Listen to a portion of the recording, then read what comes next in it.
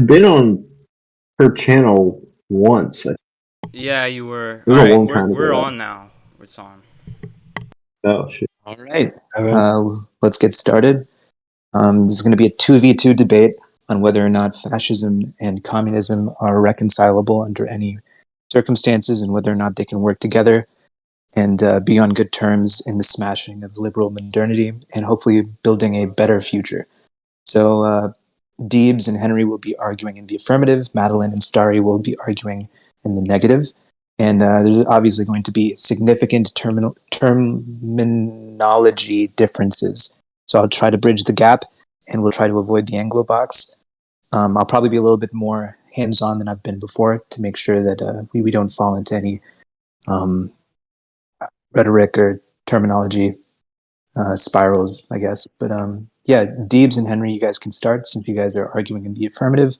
And you'll have 5 to 10 minutes between both of you to make your opening statements. And then Madeline and Starry, you can respond with your own opening statements for 5 to 10 minutes. And then you guys can just go back and forth. I'll interrupt to clarify or moderate as necessary. Go ahead. Sure. If you don't mind, Henry, I'm just going to give my opening piece. And then if you want the mic, or do you want to go first, or do you not care? No, go ahead. Okay. So I come from the point of view of third position, which is really an umbrella term for a variety of ideologies and political philosophies and so forth that seek some sort of third option that isn't what many consider communism or capitalism. But the funny thing about that term third position was you could find its roots to Lenin, who I don't know if he precisely coined the term third way, but that's the phrase that he used when he was bringing up his new economic policy program, whatever. And he basically dubbed it as something that was in between the communist understanding of socialism and capitalism. And then Mussolini would adopt that sort of same thing, right? With fascism being a third position, so to speak, right? Calling himself the Lenin of Italy, and then Hitler wound up doing the same thing. So I'm not going to go on for 20 years on that subject within this opening statement, but I could tell you that there is genuinely significant crossover between communist economics and the economics of fascism or whatever, so whatever you want to call it. And on the other hand, with regards to cultural matters, I see a lot of well, it's sort of like this, you could almost call Hitlerism the sort of German Juche, right? Before there was Juche, and I look at North Korea now and I say, well, it's basically a Korean Nazi state at the end of the day. And with respect to China, I maybe not as extreme as North Korea in many cases, but I would say almost the same thing, especially now that we know that, the Chinese communists are reading Carl Schmitt, who was he was actually removed from the Nazi Party years ago over some crap that I don't even remember. But just geopolitically, right? I'm seeing this sort of thing happen where Russia and China are just sort of trying to shape the world or their end of the world along the lines of what the Axis would have wanted. I have more thoughts, I suppose, but this is just an opening statement. I consider Germany's war with Russia to be a phenomenal mistake. We know now that, the people who gave Hitler that advice were spies working alongside the British, because they were all guys that were of the Prussian aristocracy. And if there's one thing that Hitler was absolutely right about, was that, he absolutely should have purged the old Prussian aristocracy in the same way that Stalin did his great purges, because if he had done so, then perhaps there could have been no war with Germany and Russia. I'm not saying that fascism and communism are exactly the same, but they have a lot of crossovers. They're very state socialist, right? And culturally speaking, Well, a lot of commonalities there too. This historical crap though doesn't necessarily matter as much as what can people who come from socialism of the right in quotes, have in common with socialists of the left, the Marxist-Leninists, right? That's really the most important thing. But I know that in the back of your heads, or the back of your heads, right, those on the other team, is this historical baggage and context that isn't going to jibe with you guys, I'm sure. So that's sort of why I address it. I have more thoughts, but I'll save them for later. Henry, if you want to give your piece. Yeah, sure. I'm not just gonna repeat what you said, but I think fascism, or third position, is ultimately not an ideology. Like, you can sort of categorize it along the lines of ethical positions on certain topics, certain real world issues. It's more of a transcendence of individual, community, and nation, and that alone, I think, in its like most communist or communist ideals would not be incompatible with that sort of a rebirth of mythology, of a person's or people's history in order to further an ideal that they have in their heads is not incompatible with a lot of the material ideals of Marxists. And I think here, the current situation we have in America, I'm going to group Canada and Mexico in this geopolitical situation. We, this is, it is not anything that we've really seen before, and I don't think ideological divisions like this should matter in the long term. I think as it stands now, we are sort of looking over the edge of something that we won't be able to turn back on. And if nothing is really done now, pragmatically, I think a lot of things could go permanently wrong.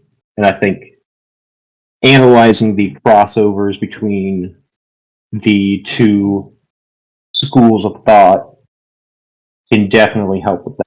And not necessarily focusing too much on the divisions at hand, because fundamentally they are still opposed, but they are still both opposed to the same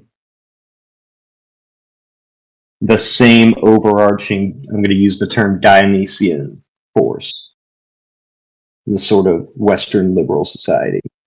They're still both fundamentally transcendent of that, and they both have an idealism of their own, I think, even if one is more materially inclined. Yeah, I guess that's all I have to say. There you go.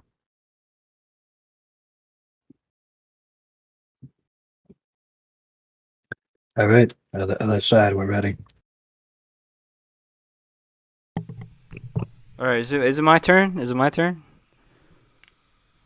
Yes, Madeline or Starry, whoever wants to go first. Starry, Between the two of you, you have 10 minutes. Do you want to say anything? No, you go first. Okay. You guys are really quiet on my... Yeah, but alright, let's get into things. So, it's kind of... Oh my god, my computer is lagging.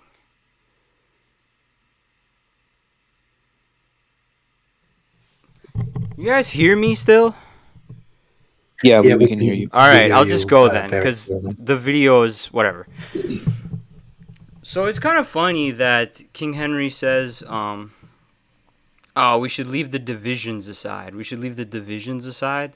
Because the part of, I think the part of his understanding of the issue of communism and fascism at hand that's missing, that he's omitting here, and I don't think his compatriot addressed this either, is class divisions. So the distinction between fascism and communism for me is that fascism is when materially speaking, not in the ideologies, but materially speaking, when the ruling class of an existing power brings up violent thugs and puts them into a position of extended emergency power to do the things that the law cannot do under liberalism. It is liberalism at its last resort. It does not challenge the class structure of society the way that communism does. It does not challenge the fundamental exploitation of the capitalist system as communism does. And therefore, there is a qualitative distinction between fascism and communism that makes them diametrically opposed. And so this kind of understanding that communism and fascism are somehow similar or compatible with each other is actually a symptom of liberal ideology. It's the same understanding liberals have. These sort of red-brown alliance, unironically, people who want to argue for that kind of synthesis or conjunction are sharing in their liberal worldview that these are both somehow rupturous of a democratic capitalist liberal society instead of the same fascism that we saw in Nazi Germany and Mussolini's Italy, being latent within all liberal capitalist democracies, only waiting to rear its ugly head once again when the imperial cash stops flowing in. That is what we saw happen in history, and communism is fundamentally different. Communism is authentically revolutionary. Fascism is a form of psychotic reaction that is bred out of liberal Western societies. And with that, I rest my opening statement case. All right, Starry, do you want to add anything? Yeah, so the point that Henry was making about a sort of like red-brown alliance, that by itself is palatable to an extent, but it misses the point that the only thing uniting communists and fascists at that point is the existence of a common enemy. And if we look at the most prominent example of a red-brown alliance in real life, the 1993 constitutional crisis in opposition to Yeltsin, that failed to overthrow the Russian government. But if it had, a sort of fracturing of that opposition and the commencement of infighting would have immediately followed, because even though they'd formed an anti-Yeltsin front, their relations with each other were still very volatile. And with your overall argument, it seems to be predicated on emphasizing fascist theory and dismissing all historical manifestations of fascism. And as Madeline said, you miss the point that the aim of communism is class antagonism and class struggle, but all fascism does with class collaboration is just prop up the pre-existing system to try and prevent any destabilization or collapse. That's my statement. All right, thank you, everybody. Deebs and Henry, you guys can go ahead and respond. 5 to 10 minutes, and we'll just go back and forth. Sure. So, whenever I hear Marxist-Leninists bring up the issue, an issue to me of fascists or Nazis. Hey, Deebs, sorry, you were muted earlier. Oh. Just start over with what you were saying. Thanks. Okay. Whenever I hear Marxist-Leninist complaint, speak to me about fascists sort of upholding what existed prior. I think about what I know from history, and then I think about it's almost like this. It's almost like me complaining to you guys about the ills of Trotsky when I know damn well that you're Stalinists, right? And so I bring up all the issues of Trotsky as like issues with communism when I know damn well that that's not your view or perspective of communism. And sort of like my Stalinism right? How Stalinism relates to you guys, how Marxist-Leninism from that perspective relates to you guys, is how Hitlerism, Italian fascism under Mussolini, and some other things relates to me. But you know what doesn't relate to me is the sort of Azov garbage you see in Ukraine, right? Which absolutely is a variety of quote-unquote fascism that's doing exactly the shit that you were just criticizing, without a doubt.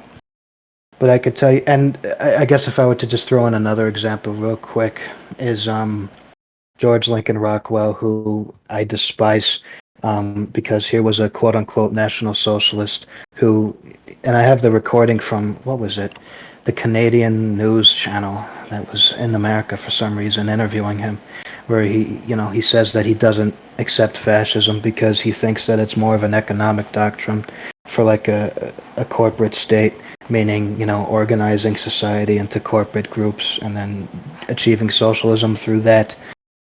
But this asshole really said that he believes in the free market. So I could think of like examples of quote unquote fascism or national socialism that were sort of like the Trotsky deviationist of what it was supposed to be in the first place. And then I think of how Hitler actually did things, how Mussolini actually did things, right? And in the case of Mussolini, I could think of their early rhetoric as wanting to have class collaboration, right? But it's sort of like a knife behind the back scenario where you're going to reach out to the bourgeoisie and then get ready to stab them when you can. Whereas the Nazis, they didn't really go with that method. They were straight up against class distinctions from the beginning. And there was this one gentleman I had the privilege of interviewing as a co-host, right? It was actually last minute. The guy running the show is this guy Zoltanis, but the interviewee was Nevin Gusak. And we spoke to this guy. He's actually a Jewish guy, if you could believe it. And he wrote this book, The Nazi War Against Capitalism. And there's this, page 77, you got a section called Nazi Programs for a Classless Society. And like I said earlier, I really prepared for this with minimal effort, not out of disrespect, but just because I'm lazy sometimes. Okay. But luckily I found this page right when you were speaking about, fascists or Nazis not wanting to eradicate class distinctions in the way that communists were. And I knew in that moment I had to open this up and find the part that, gets into it. But, Gusak writes, and I'm not going to go on for 20 years, I'll just sort of speed through it. Let's shoot for 15 seconds at the very most.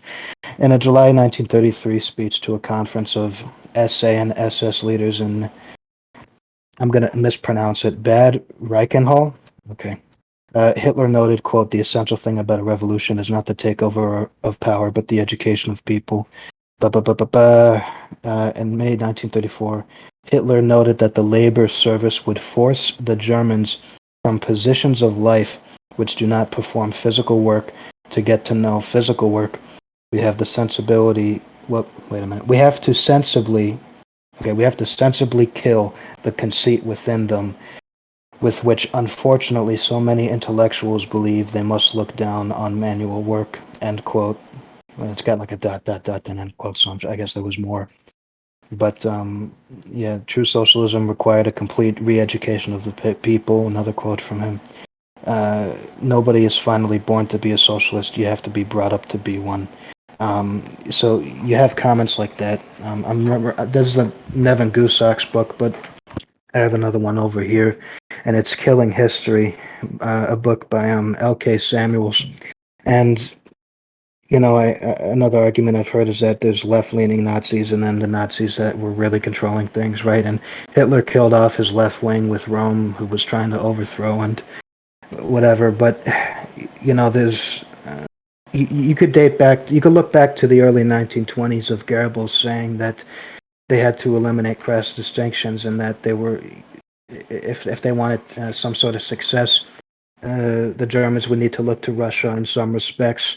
And there's a quote of Goebbels saying that Lenin is probably the greatest man, second only to Hitler, And again, it goes back to, at least again with certain respects, this sort of third way that Lenin constructed with his, new economic program, which, as it turns out, and again, you could find the exact quote in the Killing History book, he dubbed it state capitalism.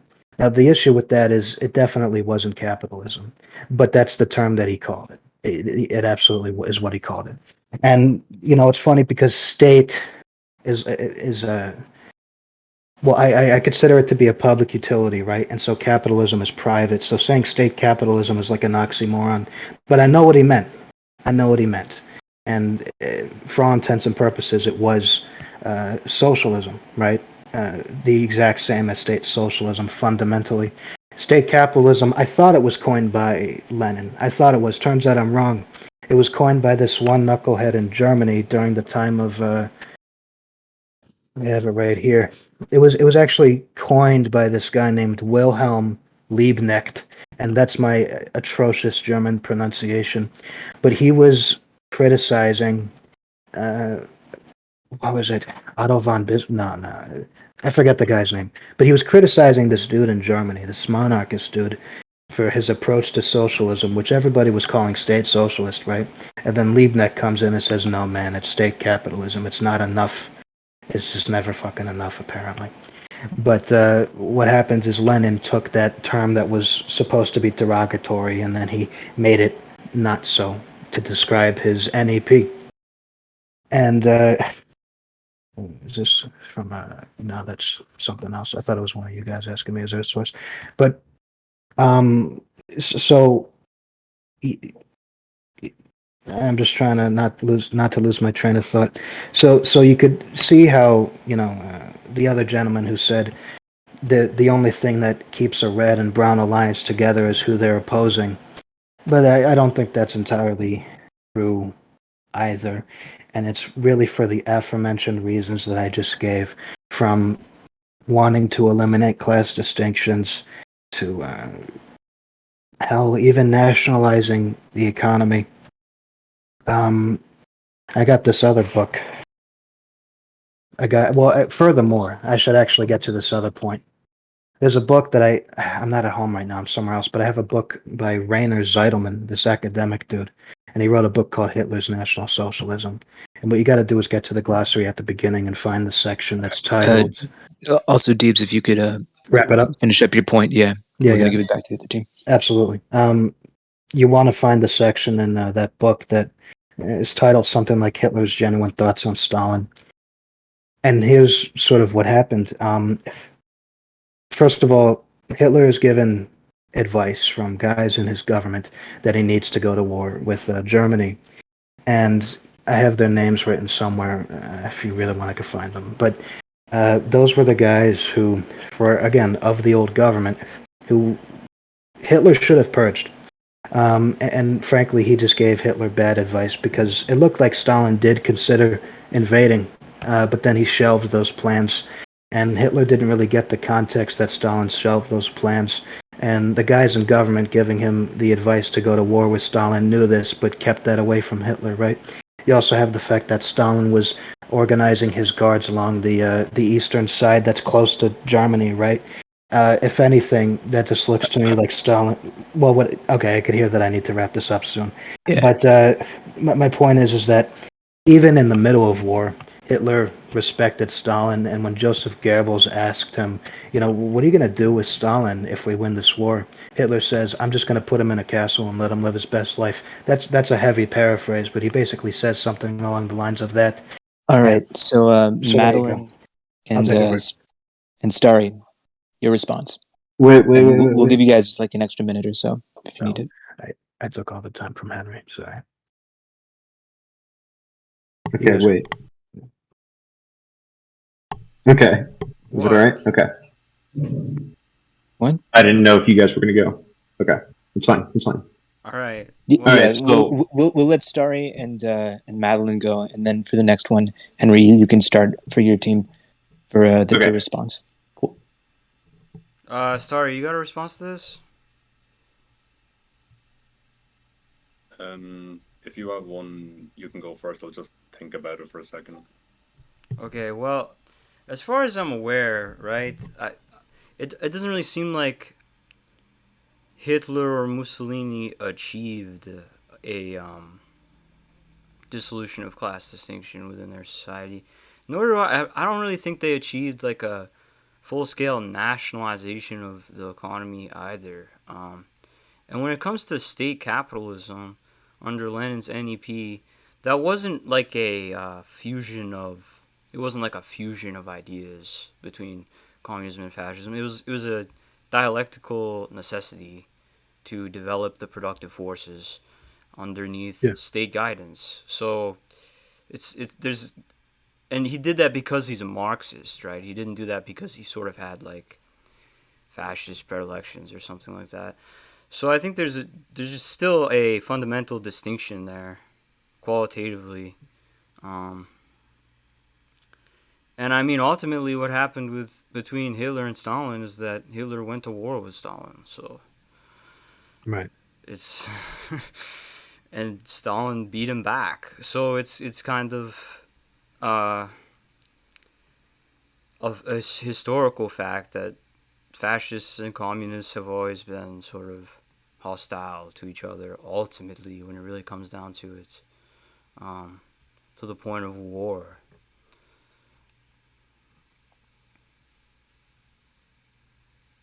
Okay, I got my thoughts on it. All right, Starry, do you want to add anything? Yeah, just it doesn't seem clear to me how you can talk about the possibility of a red-brown alliance, and when you discuss historical manifestations, you don't really successfully explain why Nazi Germany and Fascist Italy deviated from the path they should have followed, when really the path they did follow historically in invading the Soviet Union had been outlined as early as Mein Kampf with the policy of Lebensraum. Yeah. I don't want to interrupt. Is there more? No, that's it. May I go ahead? We'll give Henry first if he wants to say anything. Absolutely, And then you can go ahead. Yeah, go ahead. If I could just add a couple. Sure. So Go ahead. I know the homie or Deebs. Deebs, What should I yep. call you? Let's go with Deebs. The homie is just the Telegram felon, but yeah, or Discord felon, but yeah, Deebs.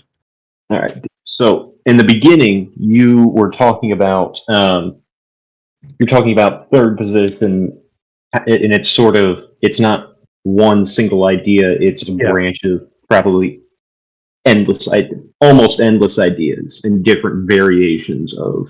I mean, you have Spanish Phalangism, you have Catholic integralism. Those are all third position, but we wouldn't group them into the same kind of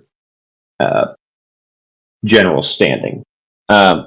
Sort of. And then you talk about the World War II figures. When we typically think of fascist figures, we think of Mussolini, Hitler, Franco. Yeah. But so I don't know if have you ever seriously read a lot of Evola, specifically Fascism Viewed from the Right? Yeah, his critiques. Yeah.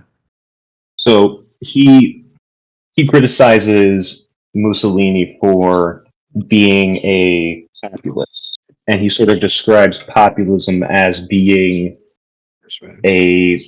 it's sort of antithetical to the ideals of fascism because it doesn't place great people, great personalities in the position of power. It just puts people who can pretend like they are one of them in positions of power. Yeah, and he said sort of that was lowering appealing the to the standard. mob. Yeah.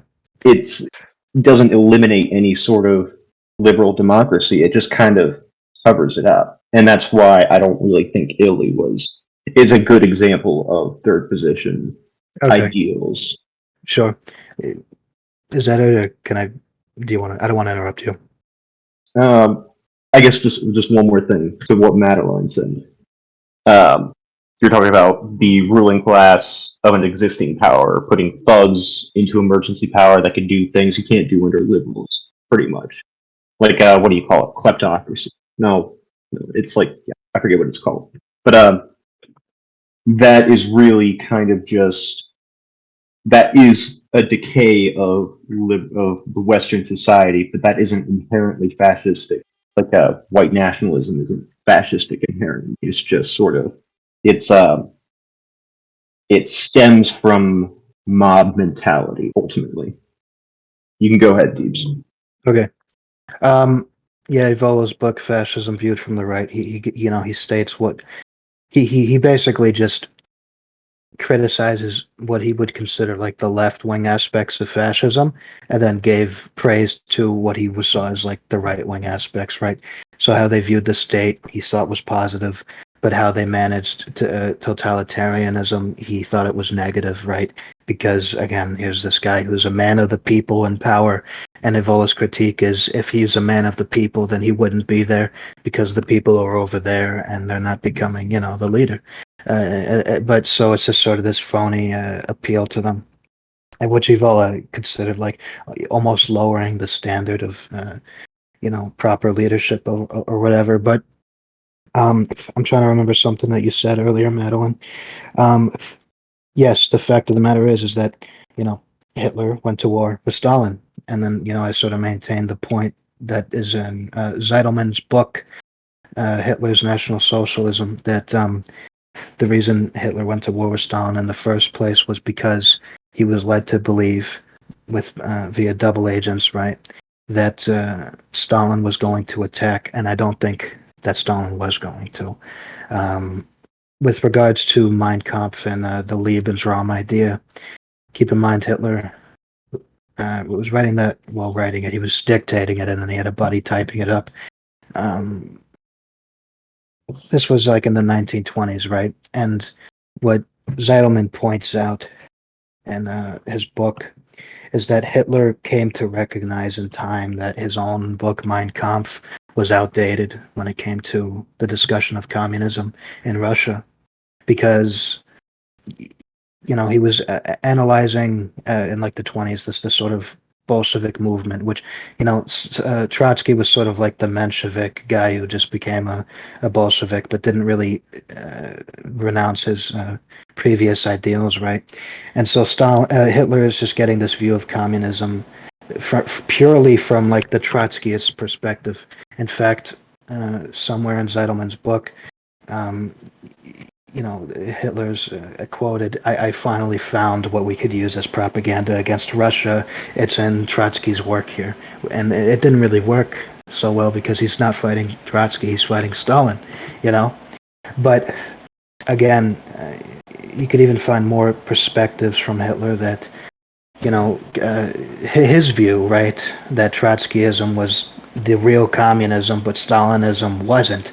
Right, his view is that Stalinism wasn't, but it was just better for humanity, and it was a shame that he was now fighting them under the presumption or thought that Stalin was just going to attack them. Right, even when people in the party and Hitler's circle would criticize Stalin for robbing banks or whatever, robbing a bank, Hitler would defend Stalin immediately, saying that he never did it for himself; it was for the communist revolution.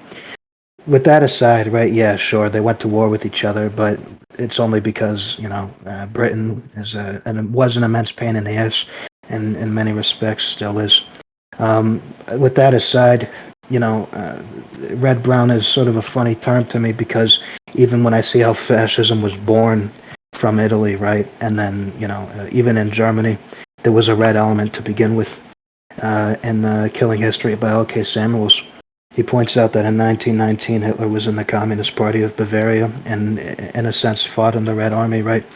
Then he left them. I think he then joined the Democrats, or maybe it was vice versa. I don't remember which came first. And then he wound up with the German Workers' Party and then sort of took it over to replace Anton Drexler, right? But Hitler still carried like the sort of spirit of socialism all the way through. And I know that when he became a Nazi later on, right, just by looking at what he would go on to do with his economy. And as far as I know, yes, the nationalization of the bank in Germany was underway, and so it was in Italy. And it's precisely for that reason that Britain and the America, just the liberal West, wanted to destroy Germany and Russia, for that matter.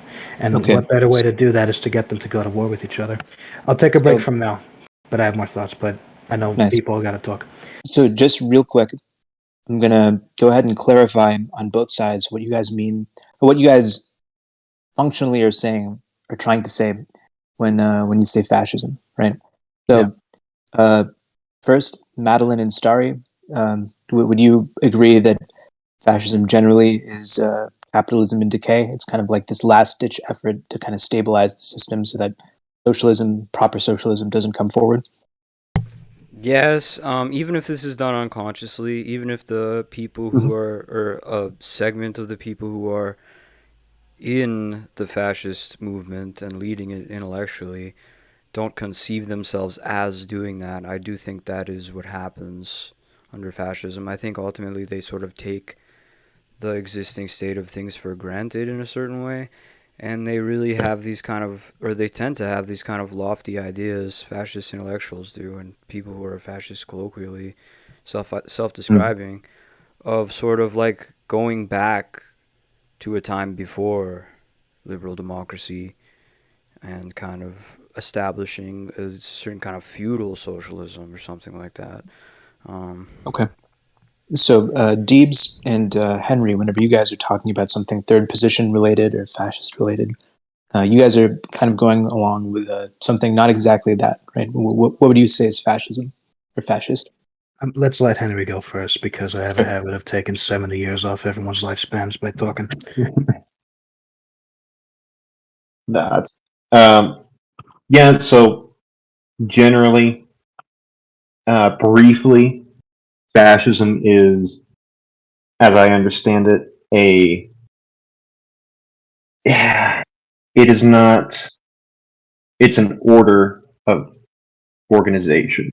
It is not fundamentally ethically inclined towards one position or another, meaning any sort of third position or quote unquote fascist order that may come into power doesn't inherently have to subscribe to a certain set of ethical positions.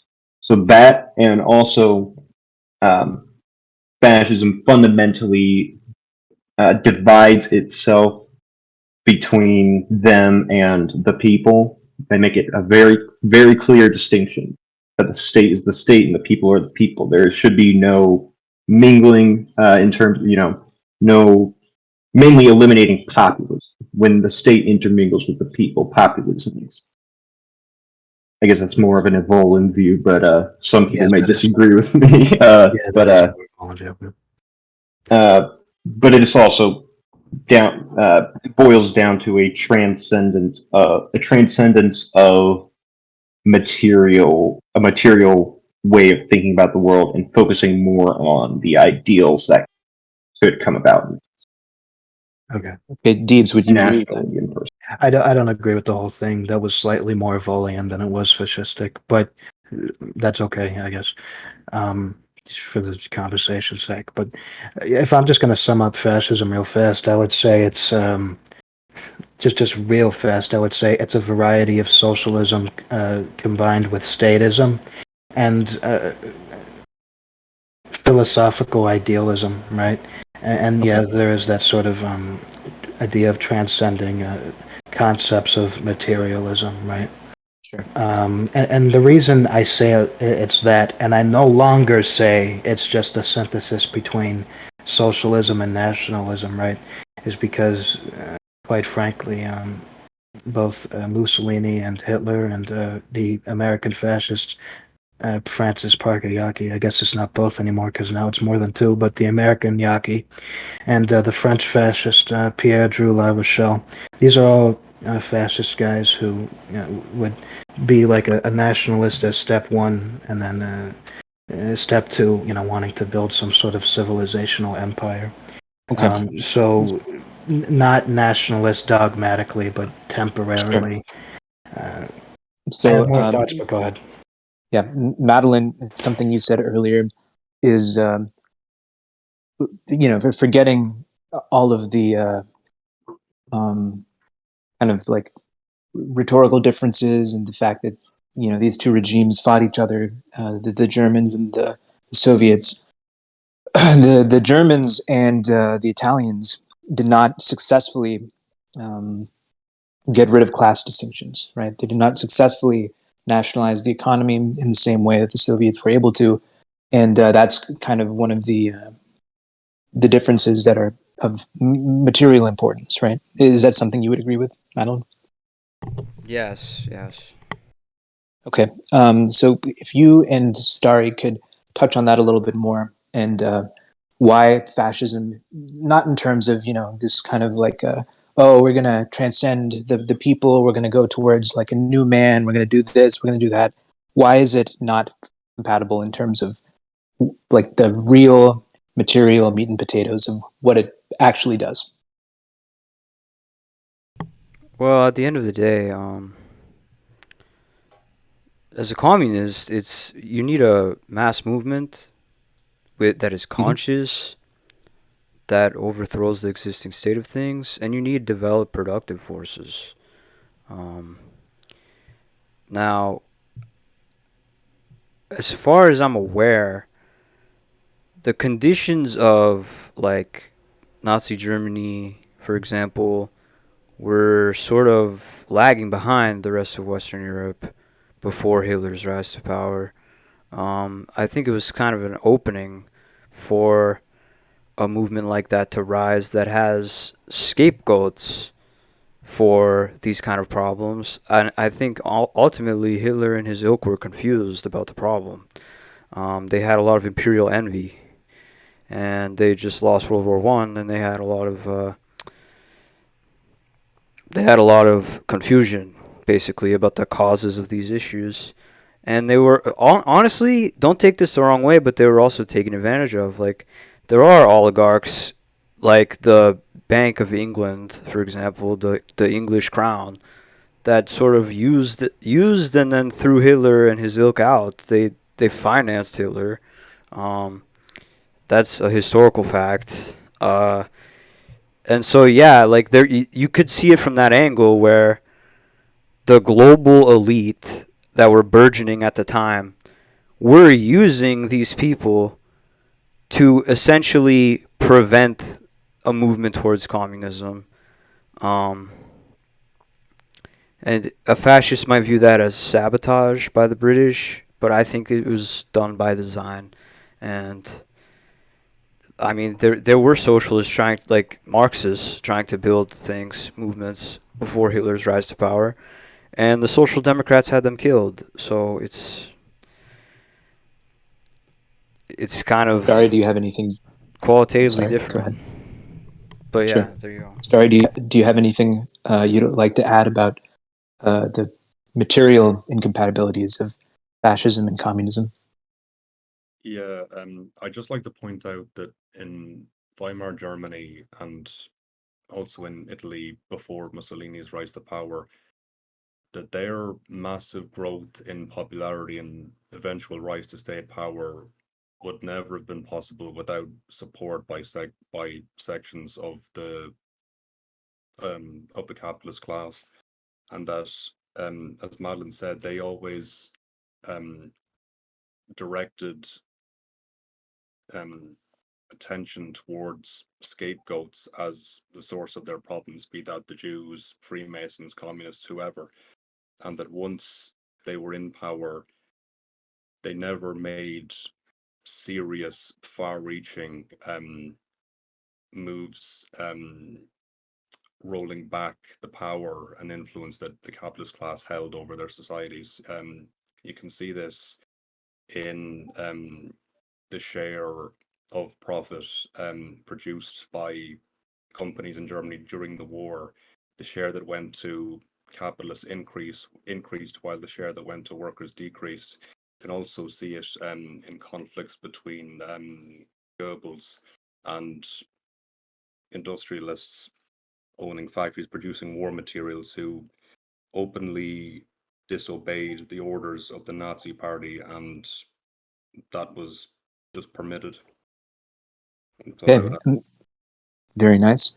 So on Madeline and Starry's kind of team, there seemed to be a couple of accusations being put forth against fascism as a whole. One is that there was not a proper dictatorship of the proletariat. There was not any sort of way that capital was actually subordinated to the social good. That did not happen. And there might be reasons for that. Deebs and Henry, you guys will have a chance in a second to explain why that happened. There was also the matter that they were financed by big businesses or banks, and that's another thing that you guys will have to address. And there was also the matter of imperial adventurism, right?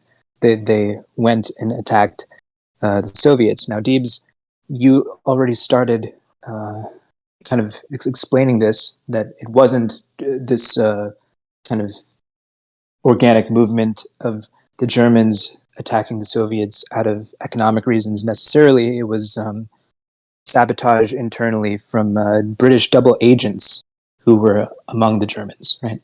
So Yeah, I say that. If you guys can tackle these concerns, Henry, you can start a little bit, and then we'll switch to Deebs, and just try to tackle these things so we can see if those roadblocks can be surmounted or not. All right. So I have a certain disdain for, I mean, not a disdain, but I try to stay away from focusing too much on historical examples and what we think of as attempts at movement towards an ideal society or an ideal state of being.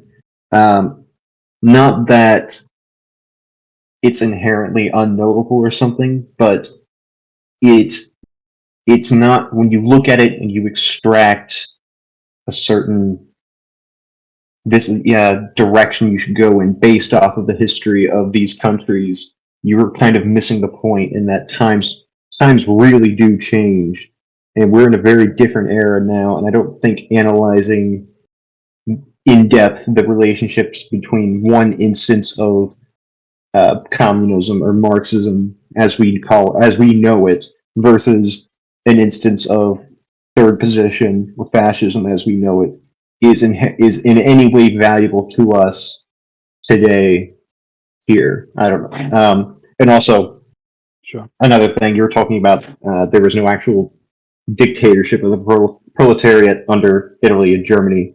I guess you would probably also say Spain as well under Franco. But if you look at the other side, go to the Eastern Seaboard. You have Russia, you have China, several other smaller communist states, Soviet states, I should say. None of these had a direct dictatorship of the proletariat either, and a lot of China still doesn't either. Yet you guys sort of still point to these as alternatives to Western liberalism, and sort of they're going in the correct direction generally. And I just don't see any clear dictatorship of the proletariat there. They're clearly undergoing vast economic changes. And I don't think it's fair to say just because they didn't have a dictatorship of the proletariat doesn't mean that they were fundamentally opposed to Western liberalism. All right, Deebs. Sure. So I have to sort of take every individual point one at a time, and I'm simultaneously bookmarking. There we go. With regards to the scapegoats of Hitler and eventually Mussolini in some respects, but mainly Hitler. These are scapegoats that, how do I put this? It's the same scapegoats that Marx used, quite frankly, and later Stalin when he called them rootless cosmopolitans. I'll elaborate on that a little bit. Right here, I just had to save it. So I'm going to read just a quick passage from Marx's book on the Jewish question, right? And just think about, this perspective in relation to Hitler, and see what the difference is, if there is any. Here's the quote: "Money is the jealous god of Israel, in face of which no other god may exist. The god of the Jews has become secularized and has become the god of the world. The bill of exchange is the real god of the Jew. His god is only an illusory bill of exchange. The chimerical nationality of the Jew is the nationality of the merchant, of the man of money in general. What is the secular basis of Judaism? Practical need, self-interest. What is the worldly religion of the Jew? Huckstering. What is his worldly god? Money. Very well, then, emancipation from huckstering and money, consequently from practical, real Judaism, would be the self-emancipation of our time." That's from his book on the Jewish question, which was in 1884. And then another book that I just found out he wrote, I found out it exists today. I didn't know it existed. It's a book he wrote, A World Without Jews, which is really... I opened it up and I think, wow, I thought he was extreme before. And yet, here he is surpassing that sort of expectation or thought. So there you go. Keep in mind, now I'm actually thinking about Stalin and what he wrote in his, what do you call it, his will, right? I have it right here. This is, here, every other thing I mentioned is a book, but if you want to type in this link, it's Ruskline, RUSKLINE.RU/news, and then a longer URL, okay? But it's the Stalin's will, all right? It's the thing a person reads or writes when, they're going to die soon. And here's what Stalin wrote. After my death, a lot of garbage will be put on my grave. That's true. But time will come and demolish it. I have never been a true evolutionary. I actually disagree with his own self-assessment, but from a Marxian perspective, I get it, why he says that. But especially with regards to what he says afterwards. But he says, I have never been a true evolutionary, and my whole life is a constant struggle against Zionism, whose goal is to establish a new world order under the rule of the Jewish bourgeoisie.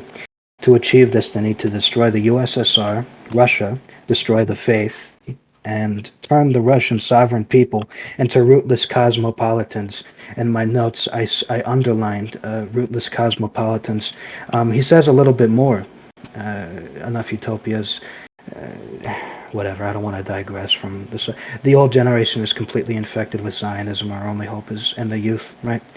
I'm thinking back to this book called Stalin, the Enduring Legacy by the academic Carrie Bolton.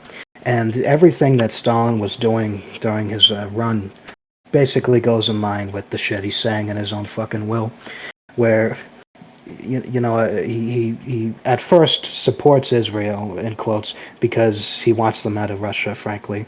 And he knows that they're going to destabilize the Middle East, thus making it possible for him to expand the USSR, right? Under Marxist rhetoric, the Jews are engaging in imperialism now, so we're going to be against Zionism.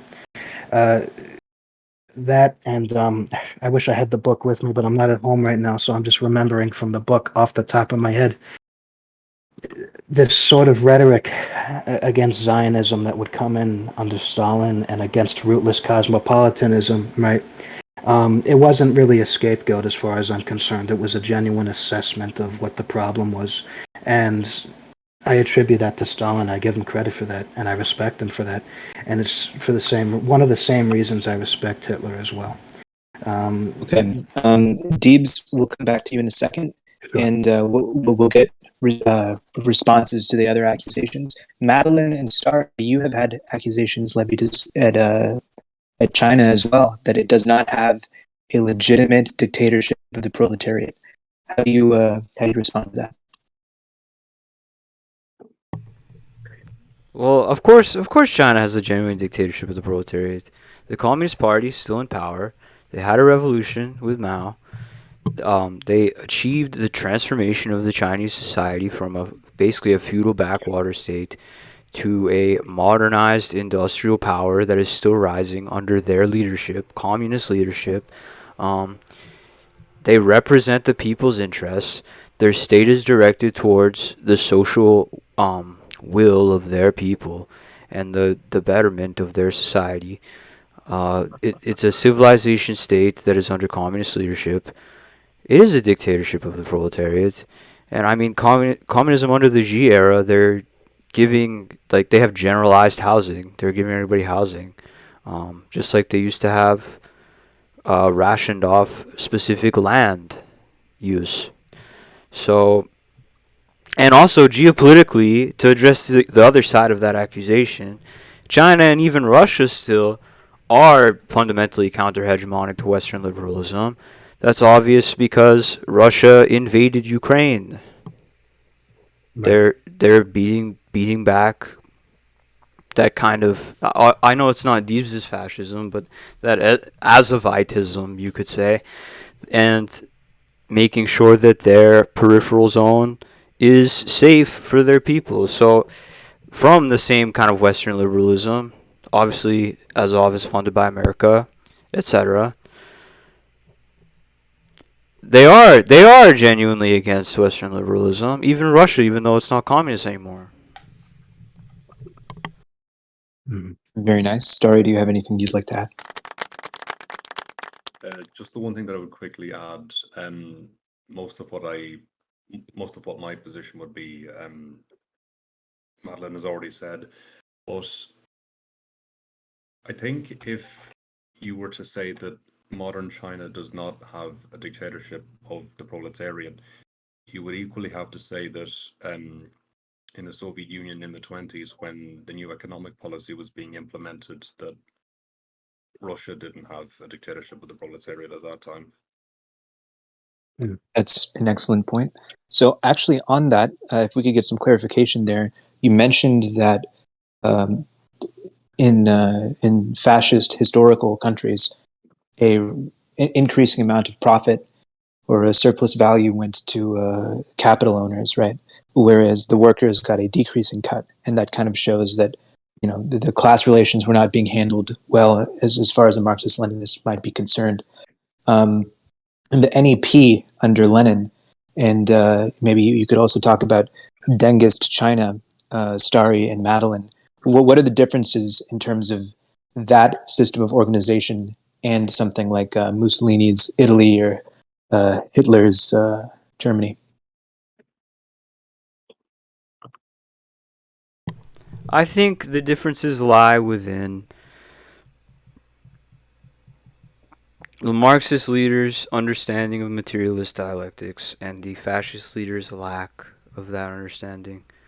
And this even ties into the last statement by my opponent about Zionism, etc. I mean, can I just go into this real quick and then answer that?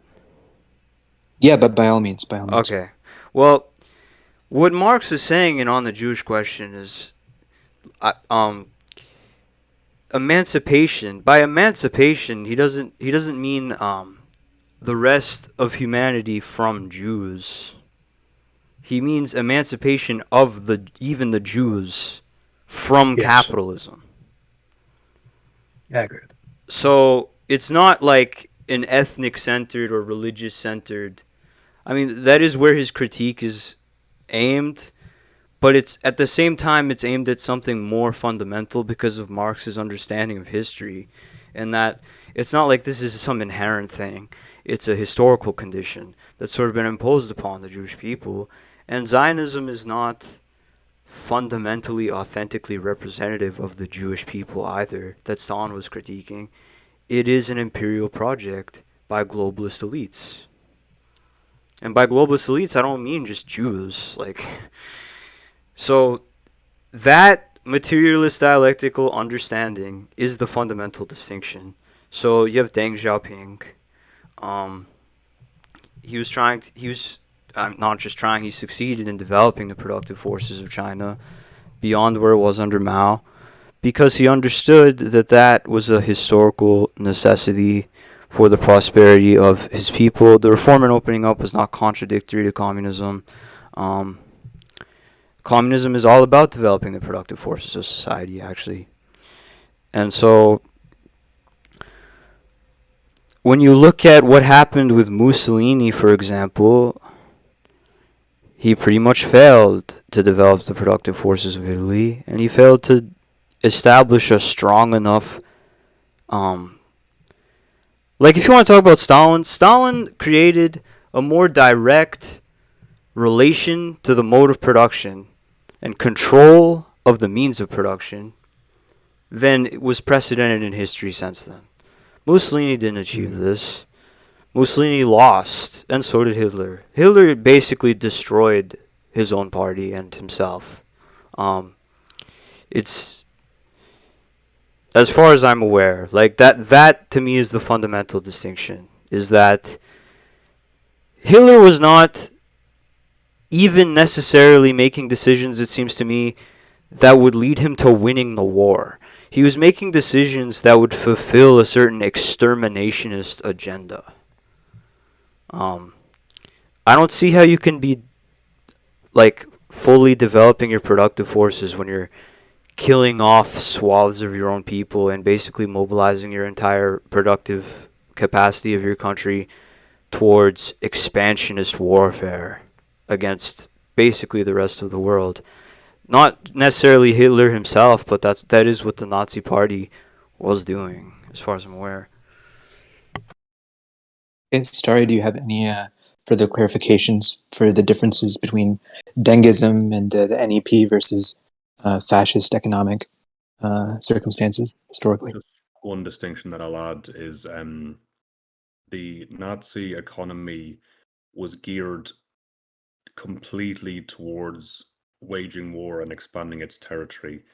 And the point that Madeline made previously about the economy in China being directed towards the material well-being of the Chinese population, the complete opposite was the case in Nazi Germany. The material well-being of the German people very much took a backseat in relation to the expansion of Nazi Germany's territory. Okay, excellent. Now, Deebs and Henry, if you guys could explain why these failings in historical fascist countries happened, and if a potential future fascism were to occur and try to ally with the communists, what could be different so that this bridge could be crossed? Henry, do you mind if I go first so I don't lose my train of thought? Because I'm scared. Yeah. Go ahead. Thanks. Trying to remember something that was said. Well, it'll have to come back to me, but it was regarding the accusation that the fascists failed to properly, take wealth away from the rich and satisfy even just the material needs and desires of the people. Here I have the Nazi War Against Capitalism by Nevin Gusak, right? And page 75. I'll try to keep this fast. Let's shoot for like 20 seconds so I could get to the real point after the fact. The Nazis were able to sustain itself through funds generated from industrialist bankers, membership dues, and other sources. Some of the industrialists and bankers who funded the Nazis did so in order to stay in the good graces of Hitler in the event his movement seized power. Here we go with the pronunciation. Eric Klenelt, that ain't it. Ledin, that ain't it either, but I did my best, noted that, quote, the Nazis were quite capable of financing themselves with the millions coming from their membership dues, the contributions of industrialists and bankers, some of them non-Aryan, whatever, that's just part of the quote, man, had the same character as the sums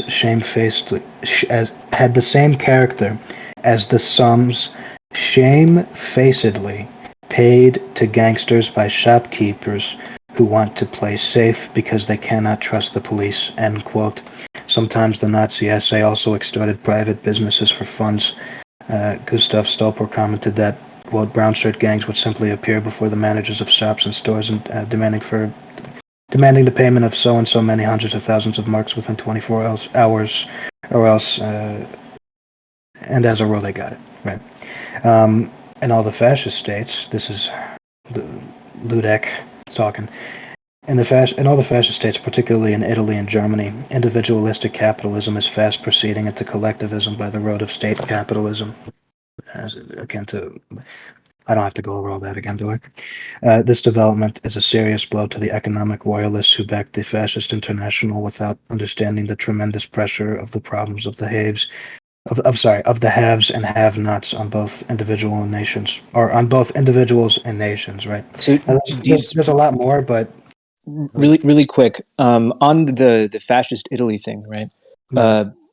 Their economy changed over time. Its structure changed, and the extent to which it was under state control, the extent to which it was socialized changed. Can you talk a little bit about that, and maybe that can kind of help bridge the gap of why they failed in some ways and why workers didn't get as fair of a shake? Sure. So you jogged my memory with respect to another point. Thank you. The book is Socialism of the Right by Martin Goldberg, and he has an entire chapter on Italy. I'm just pulling it from memory here. And close to sometime during the 1930s, close to the 40s, I could just close this fucking thing. Italy was adopting an approach to socialization that even members of the Communist Party would appreciate. The Communist Party in Italy. Nicola Bombacci, who was for most of his freaking life a Stalinist, which I don't think is a bad thing at all. I'm remembering the letter that he wrote.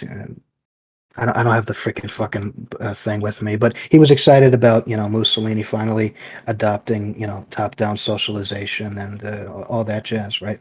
So I could tell you this: that the first 10 years of Mussolini's Italy, from like the very early 1920s to the early 30s, right?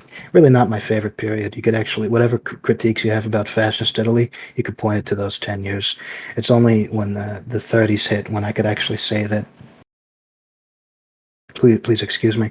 The 30s is when I could say that fascist Italy was actually getting in tune with the rhetoric that the fascists spouted to begin with, which is getting closer to socialism and so on and so forth.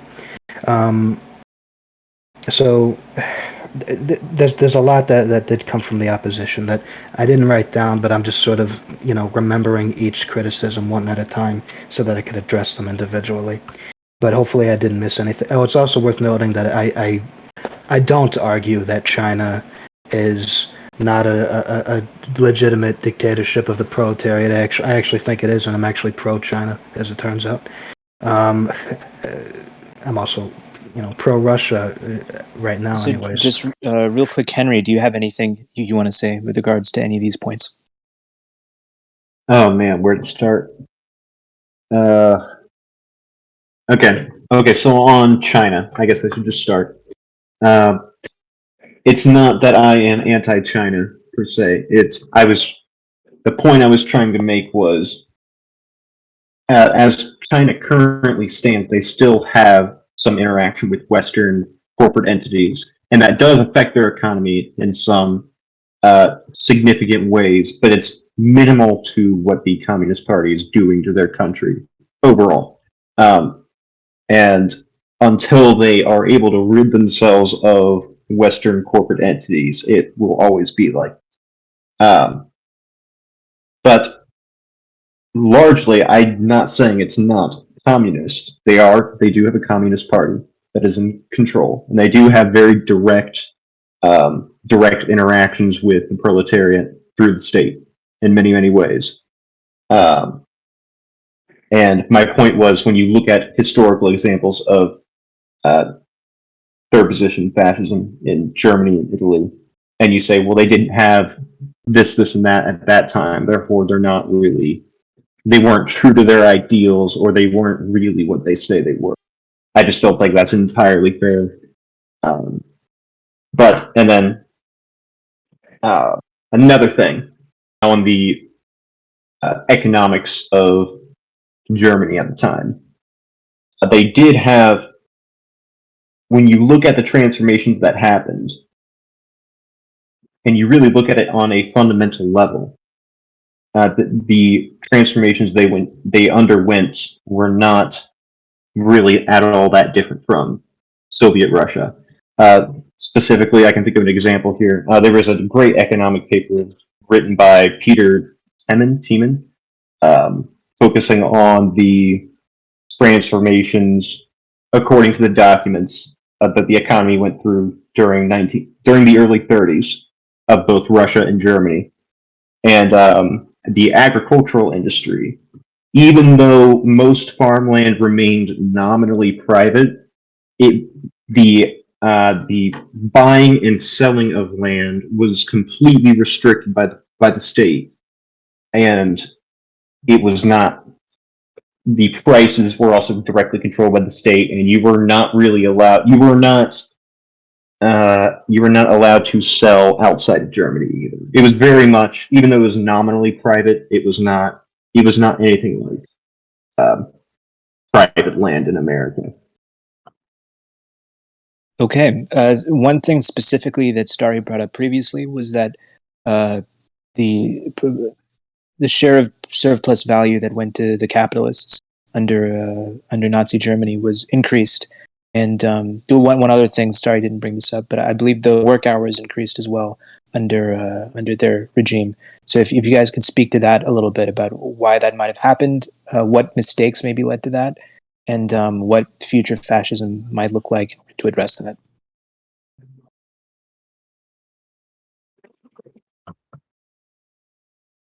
Was that a question for me? You or Henry? Would you kindly just say it again? Because I Yeah, was sure. Yeah, I wasn't listening. No, all good. Yeah. The Nazi regime led to an increase in work hours and led to increased profitability to for some of the industrialists, right? And decreased proportional compensation to the workers. So what led to that, and why, or I guess how could you you avoid that in the future?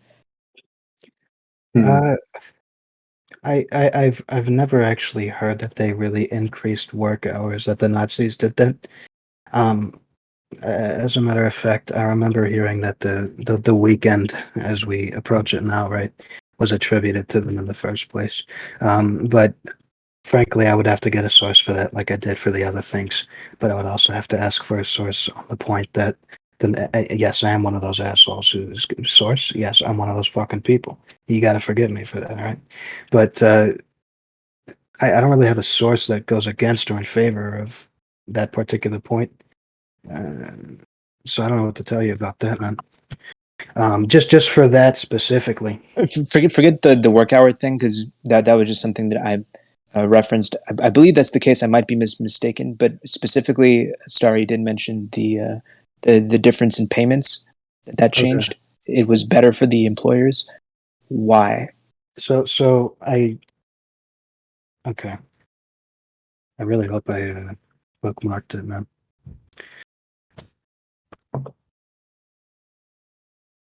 I could just tell you it, right? But I would rather get the exact words of the big business owners. Just tell us, and whenever your opponents are talking, you can link a quote or something like that. Yeah.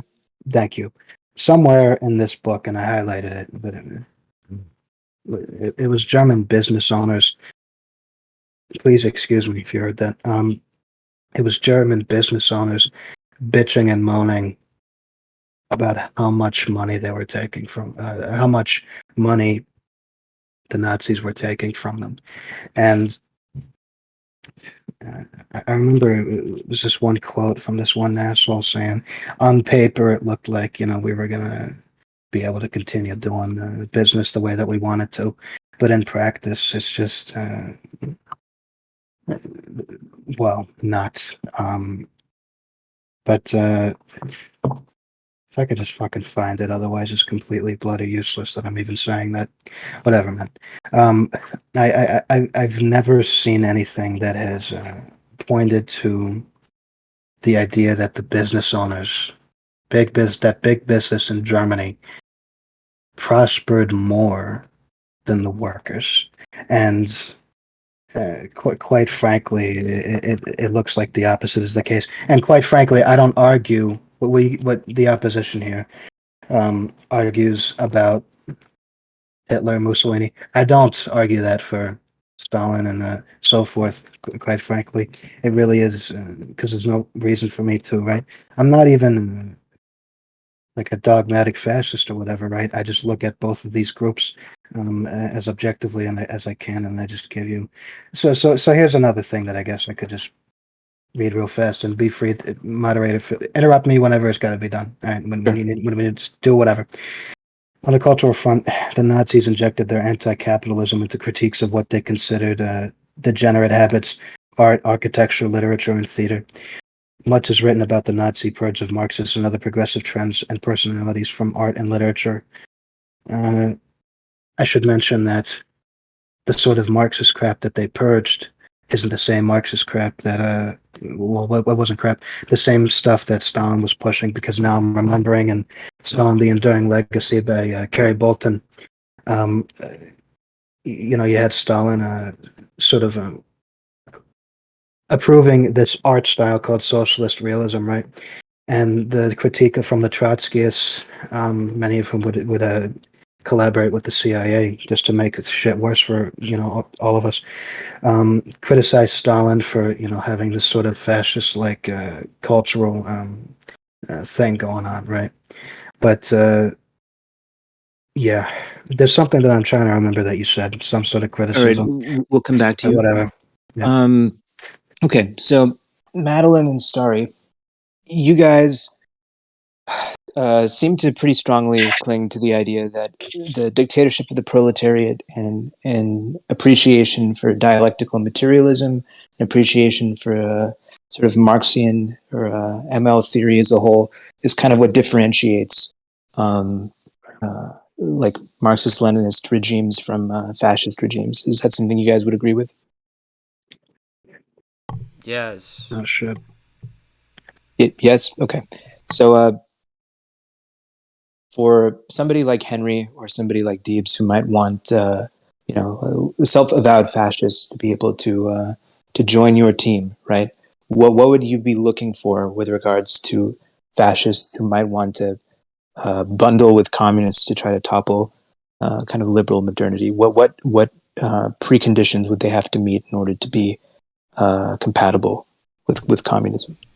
Well, here's the thing. It would be just like any other, like, assuming we had a movement and a party, it would be just like any other member of the movement and the party. You would follow democratic centralism. You could give your opinions, whatever level you're on, and then when we make a decision, everybody follows what we decide. And we would honestly probably enter into a state of discourse and education of people who have these kind of fascist predilections and ideas about Marxism and try to bring them over to seeing things through our lens. That's probably what would happen. Like, we're not here to ideologically police the people. We're here to build a movement, whatever it takes. So I don't think it would be a equal collaboration. I think it would be a sort of subsumption of those fascists into the communist movement, regardless of their fascist ideas.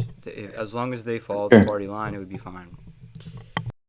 Okay, Starry, do you have any additional perspective?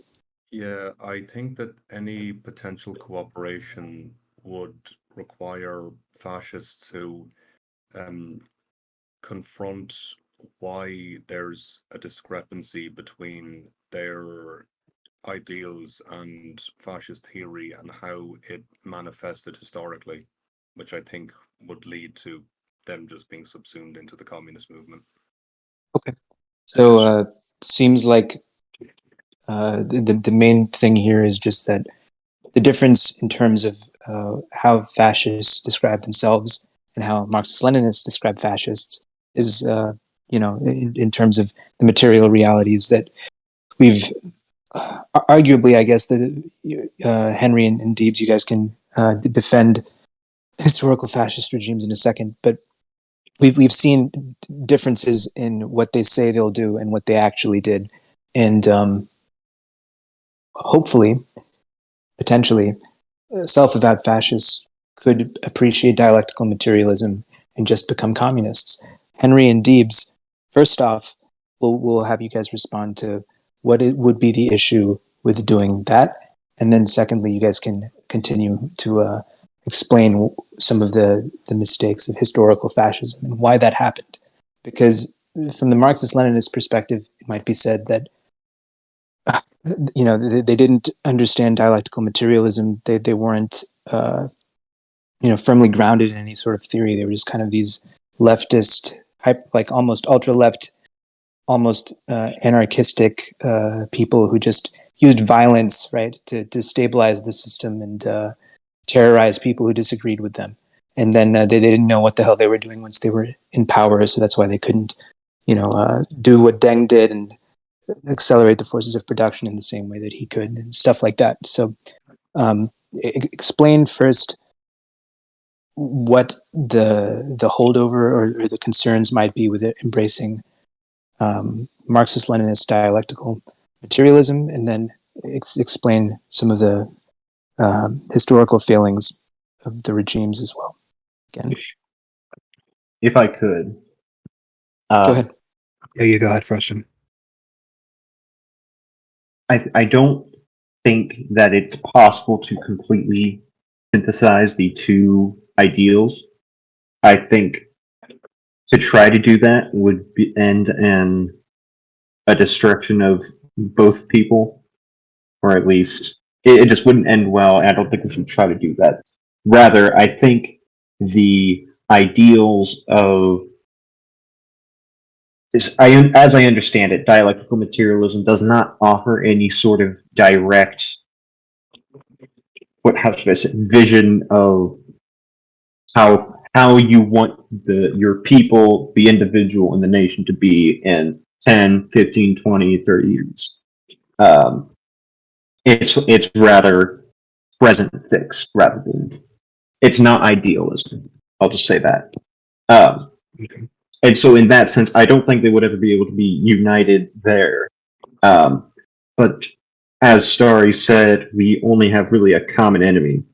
And I think once in a hypothetical scenario when both of these sides are emancipated from that common enemy, the differences between their philosophical beliefs will ultimately break down into I don't want to say meaningless abstractions, but it will be meaningless in the face of motivating the forces of production in a pragmatic, realistic sense rather than an idealistic sense.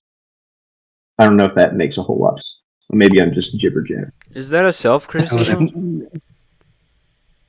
Madeline, can you expand on that? Well, like, are you what? I kind of missed. What do you think will be impotent to developing the? Are you accusing Marxists of that, or are you saying that the ideal of an ideal society would be? Wait, Madeline, what are you asking? If Henry's accusing MLs of what? Of what he just said about it being impotent to changing society, basically. Okay. Yeah, Henry, could you clarify? Yeah, so I guess it would be. So I am assuming you're talking about how dialectical materialism inherently doesn't contain any sort of direction. Is that kind of what you're talking about, or no? Well, no, it contains a direction. It's just to sort of explain this. Like Marx said, communism is not an ideal to be pursued or imposed. It's a real movement rising to sublate the current state of affairs that arises out of premises already in existence. So it's not like there's no future. It's we are the ones who actually believe in a future. We just believe in the future that arises from the now. Right. Okay. So I don't think that Marxists-Leninists are inherently incapable of motivating the forces of production. I don't think that's what I was necessarily saying. I'm saying that the the way in which the forces of production are motivated, and not only motivated, but also to sustain that abundance of product or efficiency of production, you need a unified ideal that is not material among the workers, among the proletariat. And without that, I don't think it's going to last very long. Okay, so Madeline and Starry, if you guys could speak a little bit to that, and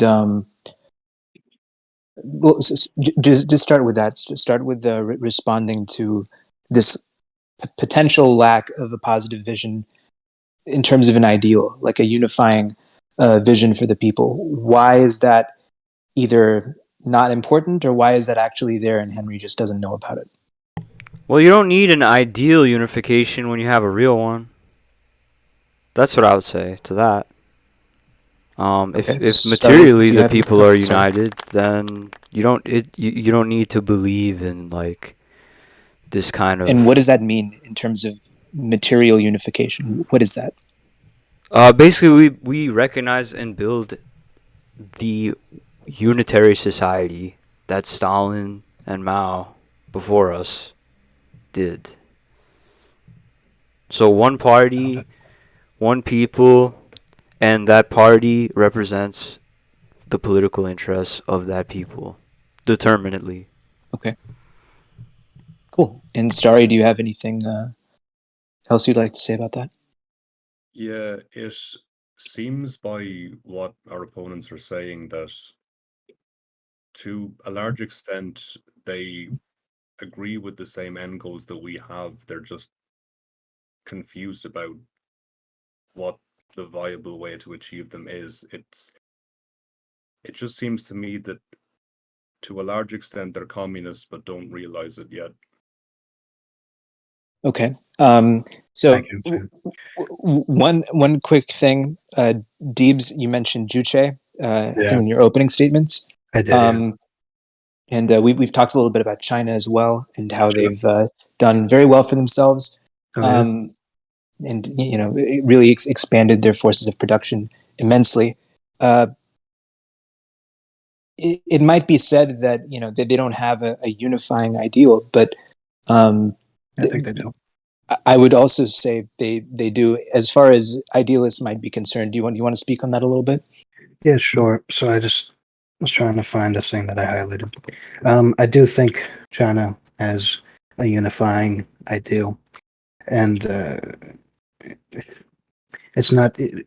Part of it is, materialistic concerns with respect to. Oh, thank you, Starry, for the sources that you sent earlier, or that. Where the heck is it? I just clicked on the thing that you sent me and it disappeared. Well, I'll have to find it. So I'll give you this. This is a book by A. James Greger. It's called A Place in the Sun, and it's all about China. All right, this is an academic guy. He's dead now. Rest in peace, I guess. By the early 1990s, the intellectuals of the People's Republic of China, receiving government sanction, had chosen to identify Chinese nationality with the continuities of blood and race rather than culture. However much the official spokesperson of Beijing avoid reference to biology and race, it has become evident that the contemporary nationalism of communist China has strong racial overtones. So if there was ever a moment where you were wondering, why does this guy Deebs support China? Well, there you go. There's at least one reason, and not just their economic socialism. Another point that I highlighted, this guy just says it better than I could say it, so I'm just going to leave it there.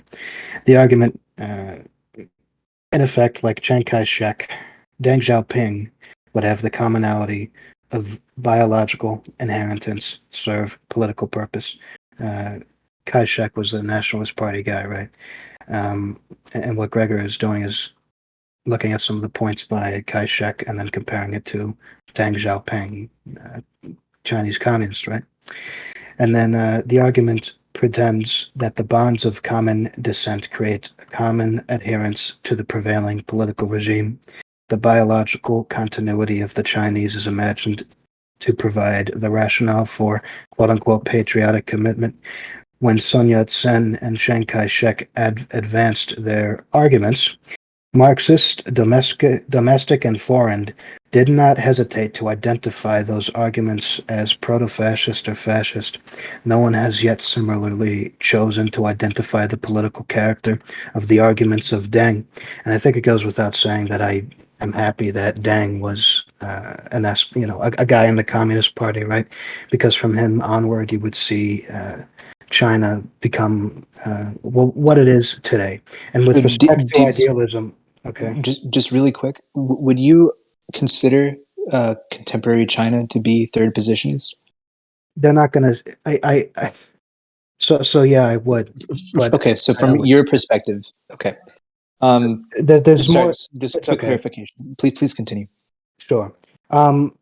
Yeah, they're a communist party, but they developed in such a way that's closer to what I think would be appropriate for a place, well, like China, frankly. And this isn't the only example. I mentioned North Korea a while ago, right, with Juche. Again, I got to pull off the top of my head. What was it? Selected writings of Kim Il Sung, whatever. This is the first one or the second one. But a lot of their ideas are similar, right, with racial overtones. Going against the racism of America, which I fundamentally agree with, right, because it's pretty vulgar, while at the same time crafting their own sort of racial focus. There's a book called The Cleanest Race by, it's a vulgar title because the book is not in favor of North Korea. But everything that the book is just not in favor about North Korea is what I'm going to be in favor for, right? So it was The Cleanest Race by, what was it? Is it really L.K. Samuel? No, it's not. Let me just pull it up real fast because I have it right on hand. Okay, but just you can link the quote in a second. Just tell us what is the important part. No, yeah. So the author's name is B.R. Myers, right? Whatever. It wasn't a quote. It was just basically a point that, North Korea is along the, again, like Hitler's National Socialism is German Juche. Like that's just the point that I'm making. Okay. But for one more quick point, because I know you're going to want to move it on, Red Czar, the moderator. So during after World War II, in West Germany, there would be a party called the Socialist Reich Party, and it was really just Nazism too, just to put it bluntly and even crudely, I guess. But it did get funding from the Soviets, and I do have a source for that. I'm going to have to find it, and well, I forget that other point. I don't want to remove 70 years off your life, but perfect. There is that. You also had the fact that Otto Ernst Reamer, that's Otto spelled how you would think, and then Ernest, and then Reamer, right? He was in the Hitler government, loyal to Hitler to the end, and he did help Castro sort of set up his government, right? Okay. And keep in mind that the shit that was in East Germany with the what was it? I forget the full name of the party, but the sort of rhetoric that was being used at the time was we don't have to worry so much about what's going to go on in East Germany because they're going to be accepting of many of the former Nazis, right? And at the end of the day, this is very akin to Hitlerism. I'd have to find the sources. It's better that I go look for them while someone else is talking, and then you could come back to me. Sure. But Henry. Oh yeah, there you go. That's most of it. Okay, so Henry, we talked a little bit about China. We talked a little bit about North Korea.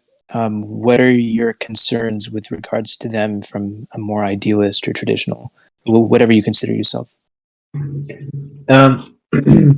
Generally, I think people here in America, when they speak positively about these Eastern powers, typically that also comes with an anti-American sentiment, which I'm not a super big fan of. Found it. Not specifically. I mean, it's not that North Korea, China, and Russia are inherently anti-American, but the people who support them here in America, either trying to be edgy or they do it actually seriously. it typically comes with a kind of screw us all, like we don't actually matter, like America's evil, therefore we're all evil, kind of nihilism almost. And I'm just not a huge fan of that. But I do think if you looking at these countries objectively, is much better than siding with them here in America. I think we should focus here when it comes to siding with powers. I think we should turn our sights here domestically. Okay. Sorry, I know you're in Ireland, so with regards to whether or not they have this kind of ideal dimension that you were concerned with, Henry, do they meet your criteria, or are they still too materialistic for you? I'm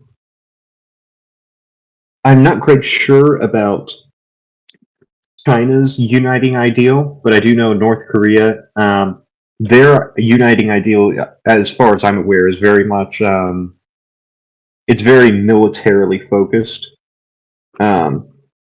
Very, and I guess you could reduce that to a kind of materialism, but it sort of inspires a kind of, you can look at it metaphysically, you can look at it non-materialistically, but fundamentally it does not place an emphasis on the ideal, the absolute ideal, completely removed from material. It's much more individually based. But yeah, it depends on how you look at it. Sure. So, Starry and Madeline, we will let you guys talk for a while. Tell us about Juche and China, and why third positionists should not be third positionists. Why should they be communists and support these type of regimes? Well, for one thing, the kind of anti-Americanism that Henry described is not my kind of anti-Americanism, because as a Marxist, I'm also patriotic for the people, but I'm against the existing state. So that's the fundamental contradiction. I love the American people, I hate the American state as it exists now. And so do Russia, China, and North Korea, and that's pretty much why we support them. So just clarify that. And then to move on from there, I don't think you can call what the Chinese have uniting them nationalism, because China's a civilization state made up of many different diverse ethnic groups in unity under one civilization, one state. So it's kind of like probably a misnomer to call it nationalism. But in the case of North Korea, of course they have a unity that's militaristic because of the condition that they're in, where they were literally, I mean, the American military pretty much leveled their country. So that's the reason why North Korea is the way that it is now, is because they're building back from that place of sort of utter attack and defeat upon them. And you could say that an ideal unity arises from a material unity, but a material unity doesn't arise from an ideal unity. Madeline, can you expand on that a little bit more? Well, the ideas that people form as individuals are secondary and flow downstream from their material conditions. So when you have a society that's unified in a real way, like a structural, economic, political way, the ideas of that unity amongst people tend to follow downstream from that. I don't think that it has to do with the ethnos either. I think it has to do with the mode of production, basically. Okay. And Starry, do you have anything you'd like to say about these things? Yeah, just going back to the point that Deebs made of this example of the Nazi Party member he mentioned who, after the end of the war, was involved with Castro's rise to power in Cuba. Yeah. Another example that comes to mind is I'm going to butcher his name, Jean-Francois Something Thiriart, with a TH. Yeah. and the kind of evolution of his outlook from kind of Hitlerite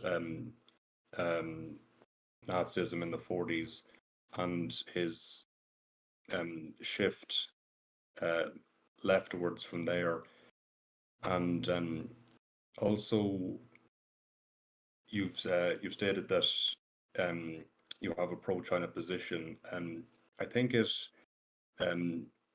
reinforces what I said before, that yours and Henry's actual positions aren't as close to fascism as it exists in reality as you think, and it's really more closer to what communism is. And So, yeah, please do. And then, Starry, afterwards, I'd like you to expand a little bit about why they're communists in denial. So my interjection is going to be one sentence long, and I'll save the sources for the other claims for after other people talk. You're saying that like I'm a communist and don't realize it. Yeah, and then I say you're a fascist and don't realize it. We could do that all day, frankly. But I'm picking up what you're putting down. So thank you. That's it. Next guy. Go ahead. I forget who's talking next, but go ahead. Yes, Starry, if you could tell us why their positions are actually closer to communism than they are to fascism. Yeah, just based on when we were discussing Nazi Germany and fascist Italy, a lot of their responses were that these historical manifestations deviated in a lot of ways from the ideals of fascism, and that when you look at what these ideals are and what their content is, it's much closer to communism, and that a lot of their misgivings about communism is at least partially based on a lack of understanding, like the discussion about China embodying nationalism and it being a civilization state, that if they continue their ideological maturity, they're eventually just going to end up being communists. Okay. And Madeline, do you have anything you'd like to add on that point? No, not right now. Okay. So it seems there's one thing that's kind of interesting on the Madeline Starry side, is that there's not necessarily a problem with some sort of unified ideal coming into existence, but the position that Madeline raised previously is that that is downstream from a material unity. The material unity happens first, and then the ideal unity follows that. Is that right, Madeline? Yeah. Okay, so Henry and then Deebs, you guys can respond to that and why you think the ideal should come first, or if you maybe don't even agree with that position. What's your take? Go ahead. So I'm gonna just go first because I have some ground beef on the stove and I'd like to make sure that doesn't burn. So that's really funny that you say, because I in my mind you guys were kind of almost completely opposed to absolute idealism or a uniting mythology or ideal of a group of people.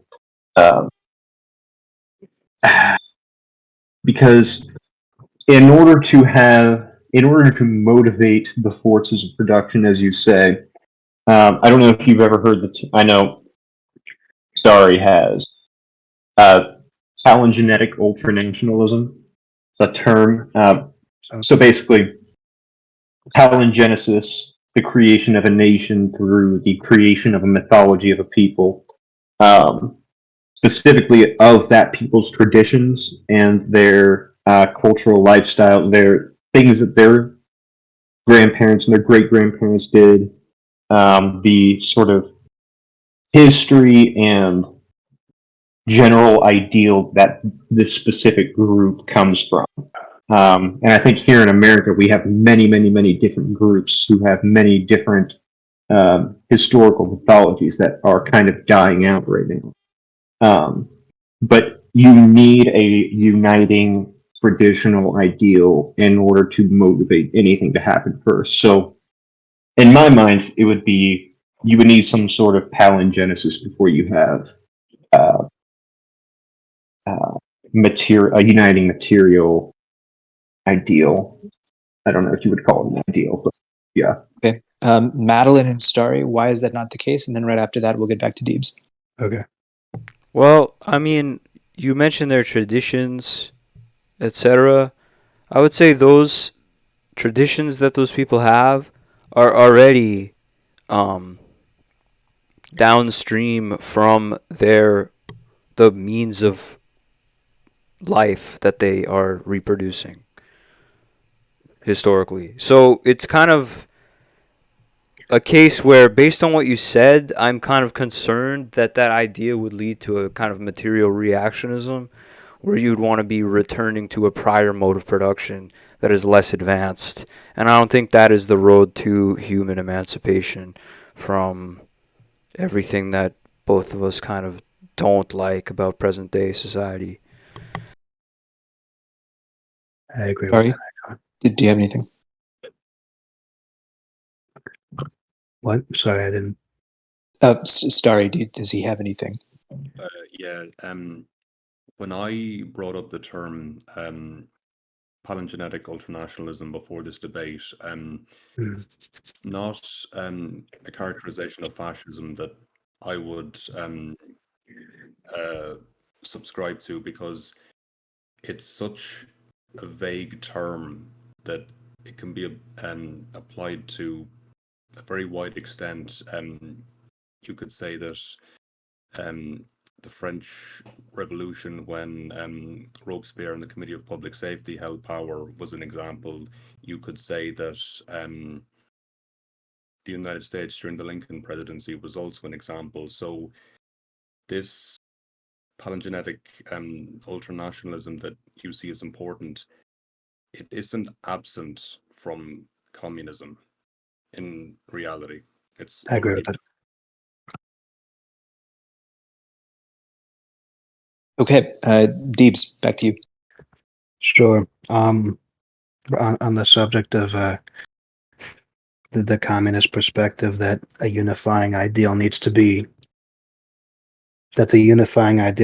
downstream from material concerns, and then Madeline gave the example of on the subject of traditions, right?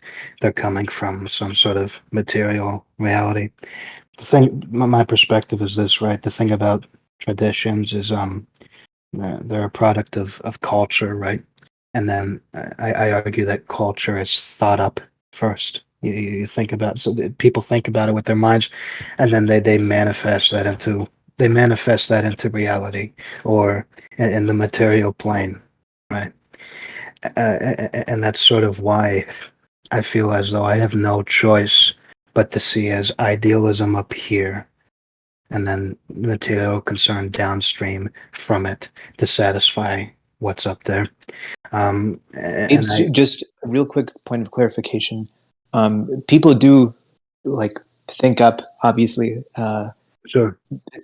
traditions, like all social conventions are downstream from thought, of course, but Sure. the thoughts are in response to something. Would you agree with that? Like it's kind of in response to like the lived experience of a person. Yes, I would say it's in response to that they are able to experience only because they have a mind, right? Okay, If my mind was shut off, then I'm dead, or I'm brain dead. Absolutely. And then I'm not experiencing what you guys call the material world. Mhm. So that's what I would argue. Okay. Did that answer your question? Yeah, that was excellent. Okay. Anyway, please continue. Sorry for the. Yeah. Sure. I just want to. I'll keep this part brief because I made some claims before, and I don't want to leave them hanging without sources for the people watching this who care, and in history or whatever, into history or whatever. Regarding Jesus, the Socialist Reich, just regarding the Socialist Reich Party getting funding by the Soviets. There's this KGB memo, 1953. It's mentioned in a book called Sword and Shield by Andrew something. I didn't write down his last name. Page 312. Okay, I guess that was important in my notes. There's also what is it? The Hitler Legacy by Peter something. Page 269, 270. The Third Reich: A New History by this dude Michael, 481 to 42 and 494. This is just going over, Soviets funding the West German neo-Nazi party, and so on and so forth. And I got a bit more, but I'll leave it at that. I just wanted to cover my tracks, so to speak, with sources to let you all know that I'm not bullshitting. But there's this funny saying that I did not come up with, but I heard it, and it's something like, let's say you got 6 cows, right? The communists are going to take all 6 of them. Socialists will take 3, and you can keep the other 3. And the Nazis or fascists will let you guys keep all the cows, but they're going to take all the milk. And really, all of them are essentially speaking examples of socialism, right? Because who's getting the milk or the wealth? The general people in some way or another, right? And the sort of communist critique of Germany and Italy as just examples, right? What you have is, in the case of Germany, right? I'll just use that as an example. You have a government that is using both, how do I say it? Gusak said it was like a heterodox socialism, which simultaneously controlled and strategically harnessed private interests, or private industries rather, banks and firms, for the purposes of enhancing the power of their ruling government, right? And then he said it was, it was them collecting eggs without killing off the golden goose, so to speak. So I think you guys get hung up with the sort of methods to achieve socialism, right? As opposed to looking at the sort of end result of what actually happens. And the end result of what actually happens is what Lenin called state capitalism, which, again, I maintain isn't capitalism to begin with, but just state socialism. And then you see how that manifests in, the countries I'm talking about, and how it would manifest in Russia and, now China, North Korea, whatever. Okay. So Madeline and Starry, there's this kind of sentiment that it doesn't really matter as much about the particulars of how it's being done, I guess, where we just need to get to state capitalism or state socialism. Is that right, Deebs? Yes. There's Okay, one final. May I have approximately 12 seconds? There was one final thing I wanted to add, and it was Jesus Christ. If I can't find it, then we'll just say F it and come to peace with that. But there was a quote in here from Hitler, and it's in his early years of governance. And this dude basically said something like, if I am as obvious about my socialism from the get-go, then America and Britain is going to crack down on me. We're going to have to do it sort of gradually and almost covertly. Whatever. Okay. It's in the first quarter of this fucking book. I can't find it, but I just saw it earlier today. Okay, just type the quote once you find it. Yeah, Madeline and Starry, what would your response be to the particulars aren't super important? We just need to get to state capitalism or state socialism. Well, I think premises are important if you actually want to succeed in that. The conditions have to be there to make it possible, which is honestly why we can't think in an idealist way. You have to sort of recognize the context and the conditions that you actually have to work from. Yeah, that's fine. Also, I mean, can I go back to another point as well? Yes, by all means, please do. Okay, I I don't believe people can sort of think up traditions as individuals. Because take language, for example. Like, I can't just determine the meaning of a sign on my own, right? Like, every Yeah. time, like, my speech acts right now to be very, like, use a lot of philosophical lingo about it, only Mhm. means something to you because we exist in a shared language structure. So it's not like we can, and those things arise, like language arised out of human need as their Right. interconnections grew. So it's like you can't sort of, you don't have immediate direct access to the traditions and culture of society as an individual to the extent that you can determine it with your own individual thoughts. It's actually sort of, Yeah. from my point of view, the other way around. Not rigidly deterministic, but really like the milieu you exist in, um, is where your thoughts as an individual come from. Yeah. I just want to clarify. I don't think that they rely on. I don't think that traditions lie on individual thought, but at one point or another, at the beginning of a culture starting, you could see where people start to agree that, these are going to be the fundamentals of their culture, right? And then it's a sort of a collective. That's a good thing you brought up. Thank you for helping me clarify. At that point, it's a collective thought and not an individualistic one. If anything, individualistic thoughts. Well, individual. How the hell do I say it? The basis of culture being different individualistic thoughts, right? In a way, I would just call that vulgar Trotskyism and liberalism. If anything, I mean, even the art that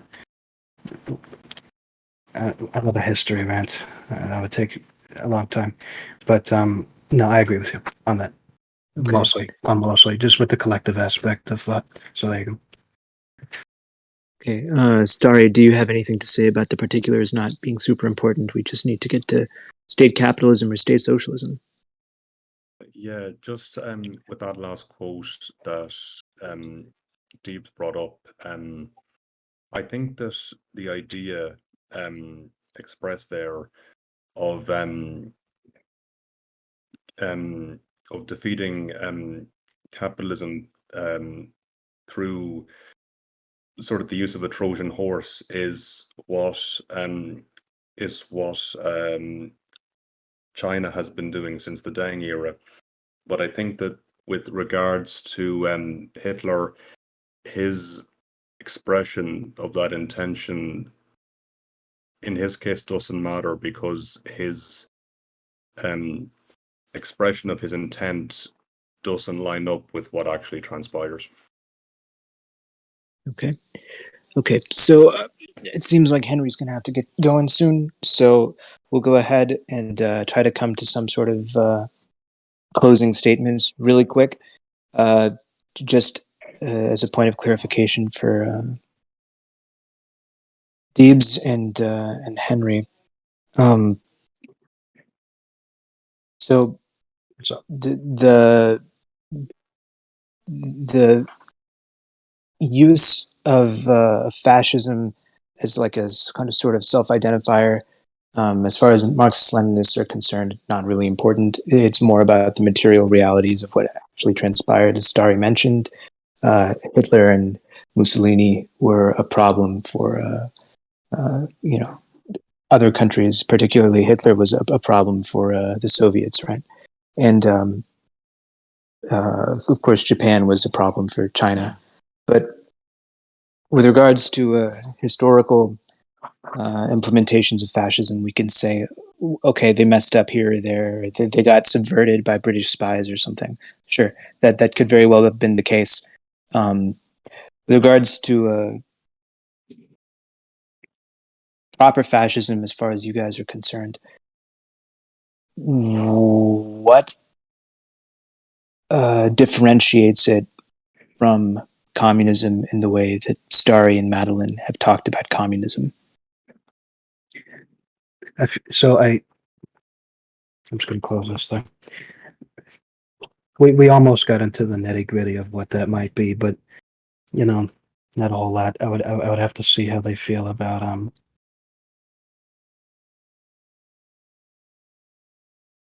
fucking, I don't know. I don't know what to tell you. So Fair enough. correct me if I'm wrong, but you guys, you're not opposed to maintaining positive aspects of already existing culture without sacrificing the integrity of also being able to look forward and make progress, right? And I think that's one. There was almost a difference between me and what's his name on here? This gentleman, Henry. There was something that he said that Madeline responded with, and Madeline said something like, you brought up the concern of society going back to a previous state of managing things that is, how the hell do you say it? Not particularly advanced. And whatever it was that he said that made you respond like that made me think he's coming from more of a Julius Evola perspective, right? Who was Evola wanted to eventually do away with industrialism, period. Whereas guys like, the dictators that I'm talking about, and also Stalin, right, kind of come to the point that no, man, we have to sort of use industrialism, but in a way that's going to suit our aims, right? So that point, that last sentence, that's another point of agreement, right?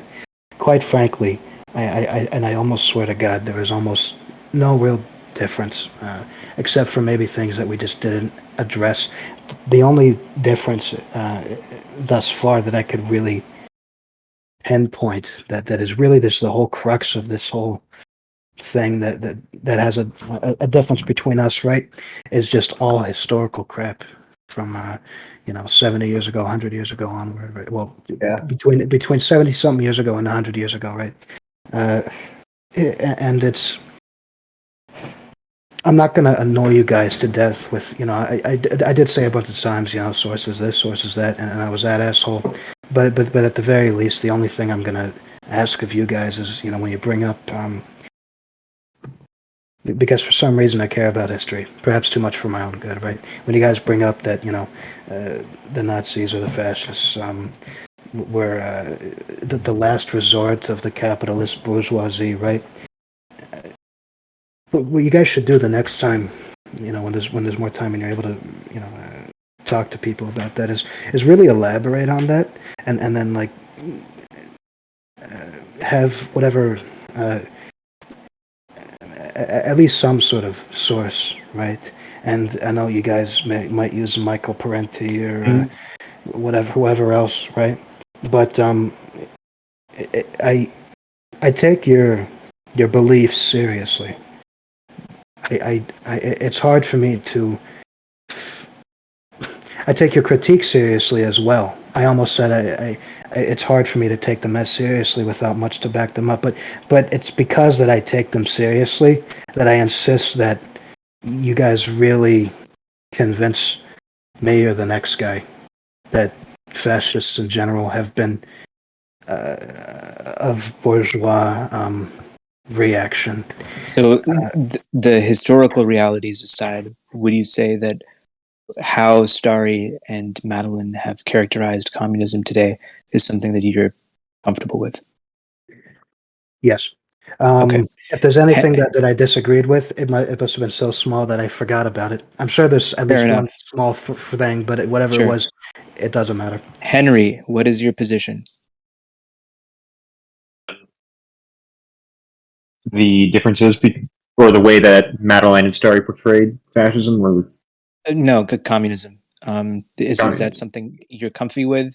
And to what extent is your concept of fascism different? Well, I really wish I had more time to just ramble about the complexities of third position ideas, but I do not have that time. But I think the most important thing is the understanding that, or at least the debate between the ideal and the material, is really kind of akin to the which came first, the chicken or the egg.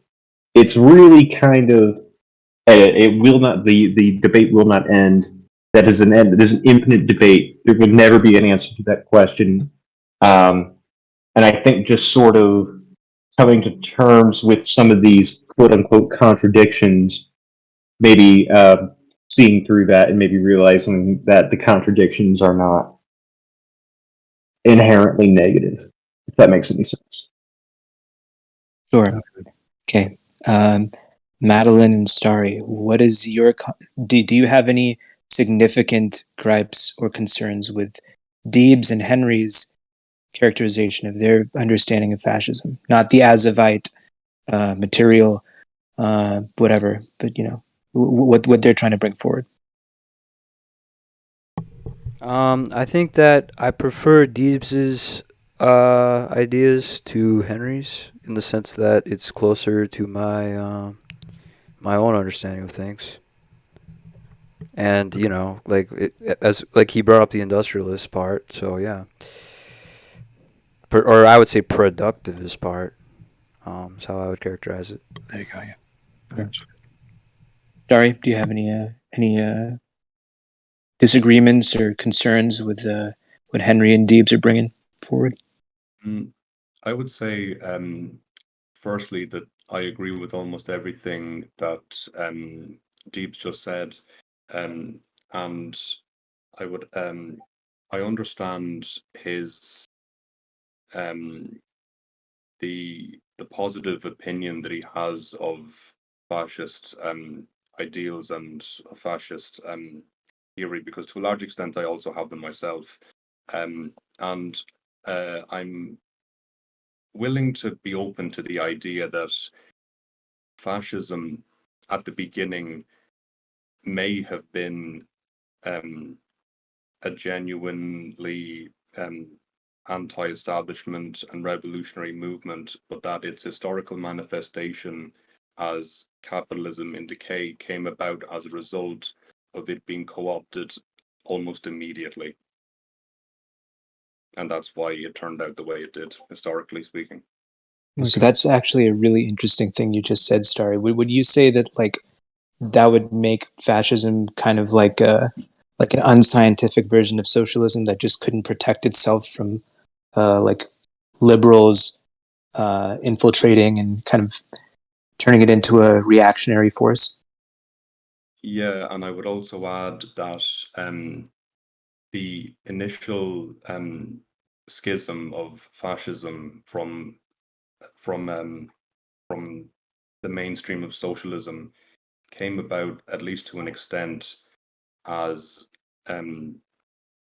a misunderstanding on the part of the originators of fascist theory that socialism was insufficiently patriotic and supportive of the continuation of national cultures and traditions. Okay, cool. Deebs and Henry, you can do your closing statements, and then Starry and Madeline, you guys can have the final word.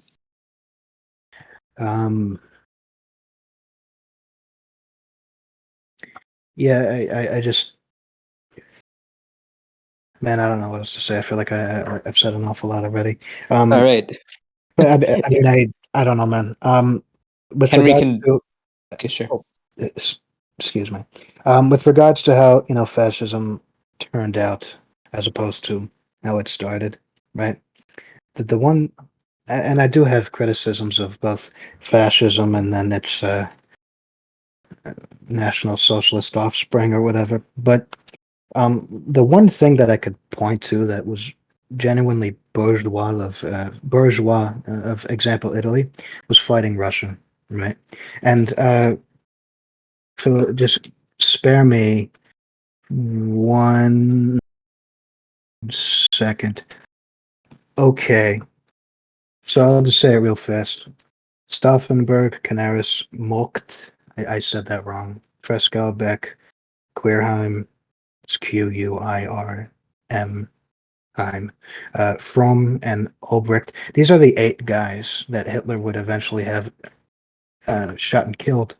because they were collaborating with the British, and these are also the same guys that give you the advice to go to war with Russia, right?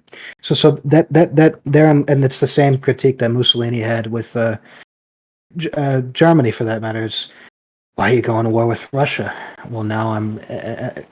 There's a bit more to that, but aside from that, I don't see a whole lot of bourgeois infiltration into either of these movements with respect to what do you call it?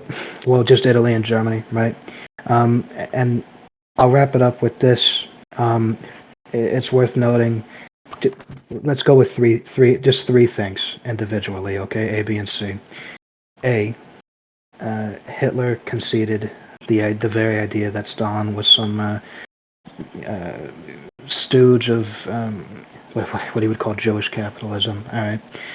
He conceded on that and would go on to respect Stalin even during the freaking war. Okay, and that's according to Zeidelman's book. The other point, the way Mussolini felt about Stalin, the conclusion that Stalin came to much earlier. And you have the fact that he signed off on an agreement and letting the Italian press print up.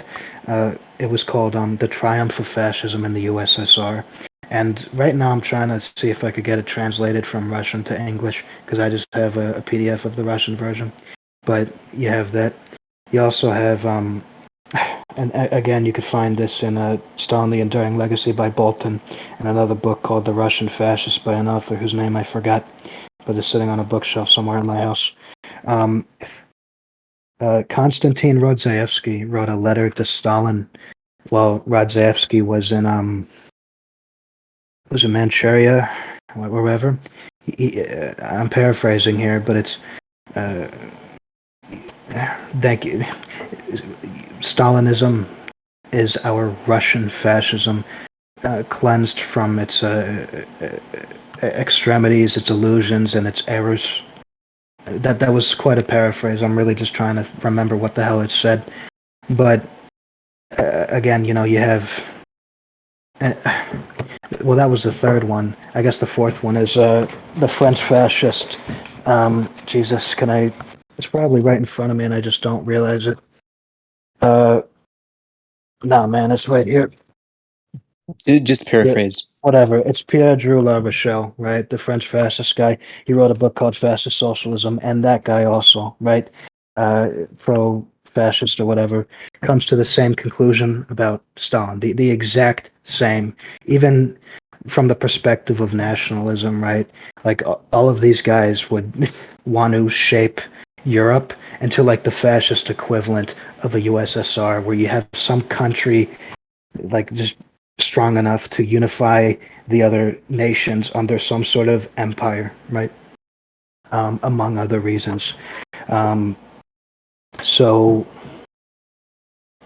well, there you have it. And the only reason I bring all that up as my closing statement and not, what about now and the future? We already almost agree about now and the future. The only holdup is this historical crap, which was basically, most of this debate to begin with. Sure. So, all right, Henry, there you go. What is your closing statement? Well, I guess all I have to say is when we all disconnect from this call tonight, when we all close our computers, and we all do whatever we do after we do that, and we come back to this subject and we think about it, maybe you'll think about it seriously, maybe you won't. Just take into account, discard all of the historical talk, all of the arguments about 70 years ago, all these wars that most people who fought in are dead now. I mean, just take into account that the civilization we live in here in America is something that has never been seen before, and the infrastructure we have, we will most definitely inherit no matter what happens.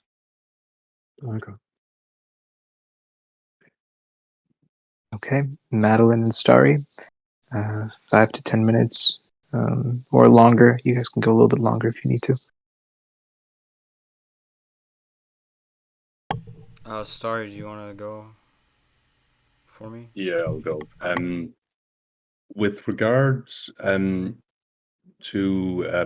Deeb's point about the letter that had been written by Radzewski, I had heard of that before, and my immediate assumption was that it was something that he had quickly scribbled down as the Japanese Empire was collapsing, so that when he was captured by the Soviets, it would he might hope be kind of a sort of a get out of jail free card to save his own skin.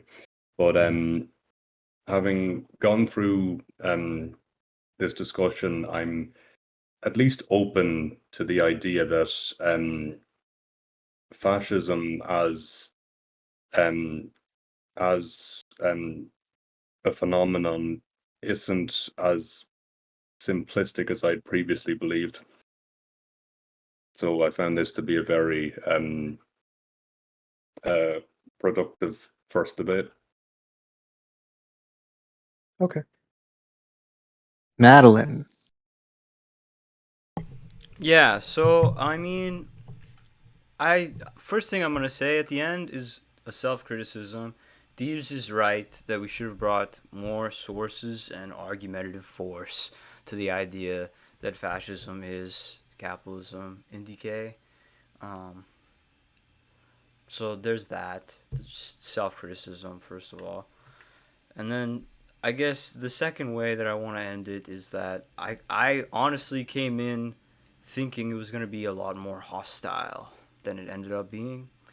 And so, in that sense, maybe I'm also self critiquing, but I like the way that it went, even though we didn't have that argumentative force lined up perfectly, because of the fact that we were able to discuss certain differing views and similar views. And so what you see here is basically like in the ideological space of discourse, it's not really perfectly unified. So it's not really like all fascists are anti-communists or anything like that, ideologically speaking. And so honestly, in that sense, if you want to take it that way, our opponents sort of scored objectively in the long run of the debate. But I would also say that ultimately I have not been convinced that fascism and communism, insofar as they can be considered ideologically, are sort of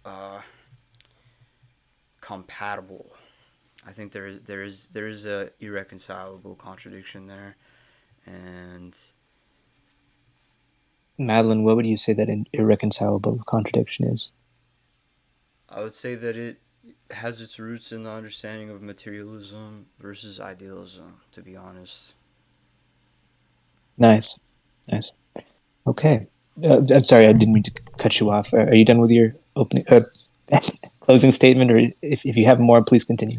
Well, I was just going to say that the coming history might prove that to be the case. That might sound ominous, Okay. but, you know. But potentially true. For the three audience people that we have, do you have any questions for either side? Just unmute yourself or type it, doesn't matter. I have one question. And that one question is it's well documented in the Soviet Union how they underwent processes of dekulakization, basically the overthrowing of the landlord class, and and basically they reformed the entire agricultural system, who owned the land and stuff like that, basically took the land away from the property owners and, gave it back to, the rightful people, which were, the proletariat. But why was if the businessmen were so scared of under fascism of, the overthrow of their power, their material, they were so scared of, they were so scared of this, then why didn't the Germans undergo a similar process? Why didn't they have mass majority farmers, people owning lots of farmland having their farmland taken away from them. I'm not talking about, foreign people, having their farmland nationalized. I'm talking about the large moneyed interests. Why weren't their farmland taken away? And also why if they were so anti-company and stuff like that, then why in literally the gas chambers of Nazi Germany did they commission companies to purchase the gas that they use to gas people? They literally use companies for pretty much everything, when it comes to munitions, when it comes to provisions, when it comes to, like I mentioned, the gas. I'm just trying to understand why they're so anti business in y'all's minds. Sure. So I would say that the way that Stalin utilizes the way that Stalin utilized the forces of farming, right? The Nazi Germans did the same process towards the industrialists of Germany. With regards to gas or whatever, I would like to elaborate on that, but I know this is going on a YouTube channel and I don't want to get it banned. But I could tell you that keep it terms of service. I do have criticisms of Germany, frankly, and I wish I could just give you the real full answer, but I'm gonna have to tell you when this recording is over. Um, Even with things like that, you got companies under the direction of the state and its government, Um, and again, I got to give a fat L to myself for not preparing as much as I should have for this, because I did this all on the cuff. I just grabbed some of the sources that I had and we just ran with it, right? And looked at the stuff that I had read previously. But if I had prepared a little bit better, then I could find the freaking quotations from business owners that were kvetching at Hitler and all that jazz. I again, I give Stalin all the credit in the world. I actually have it right in front of me. It's a Guide to the Soviet Union by William Mandel, and it just made me love Stalin more, And I grant him the same respect that I grant the guys that I also give credit to for a lot of the same reasons. So again, I would just have to ask the gentleman asking the question as to, when you ask a question like yours, follow it up with just briefly some example that points to your case being true. And I embrace the meme of being that source asshole, but you gotta do something, just a little bit. Did I answer your question adequately? Yeah, it does. And I don't have another question. I just want to apologize for to everyone else, the viewers, in general, for not being concise and clear, when I was asking my questions.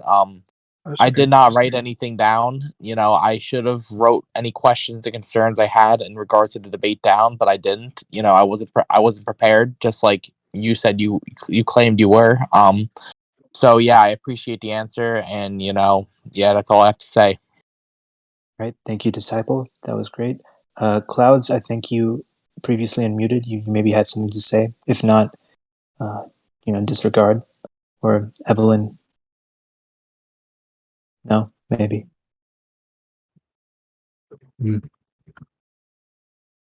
All right.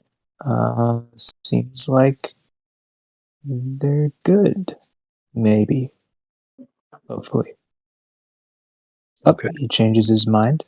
Okay. Cool. All right. Good job, everyone. Yeah, I think that's a wrap. All right. Yeah, great job. Sorry, I just wanted to say. Oh, Wait, yeah. is the recording over? Wait, No, the recording's not over yet. okay. Don't Sorry, troll you us. make a very concise argument, but you're also literally Irish. Oh, okay. Just that. Well, thank you for the compliment, even if you are literally Scottish. You know, I Starry, love you, Patra. Starry, you have a very deep Irish voice. You could be the ML version of Keith Woods. You know, we'll have to arrange that. Yeah, literally. Yeah. All right, great job, everyone. Okay.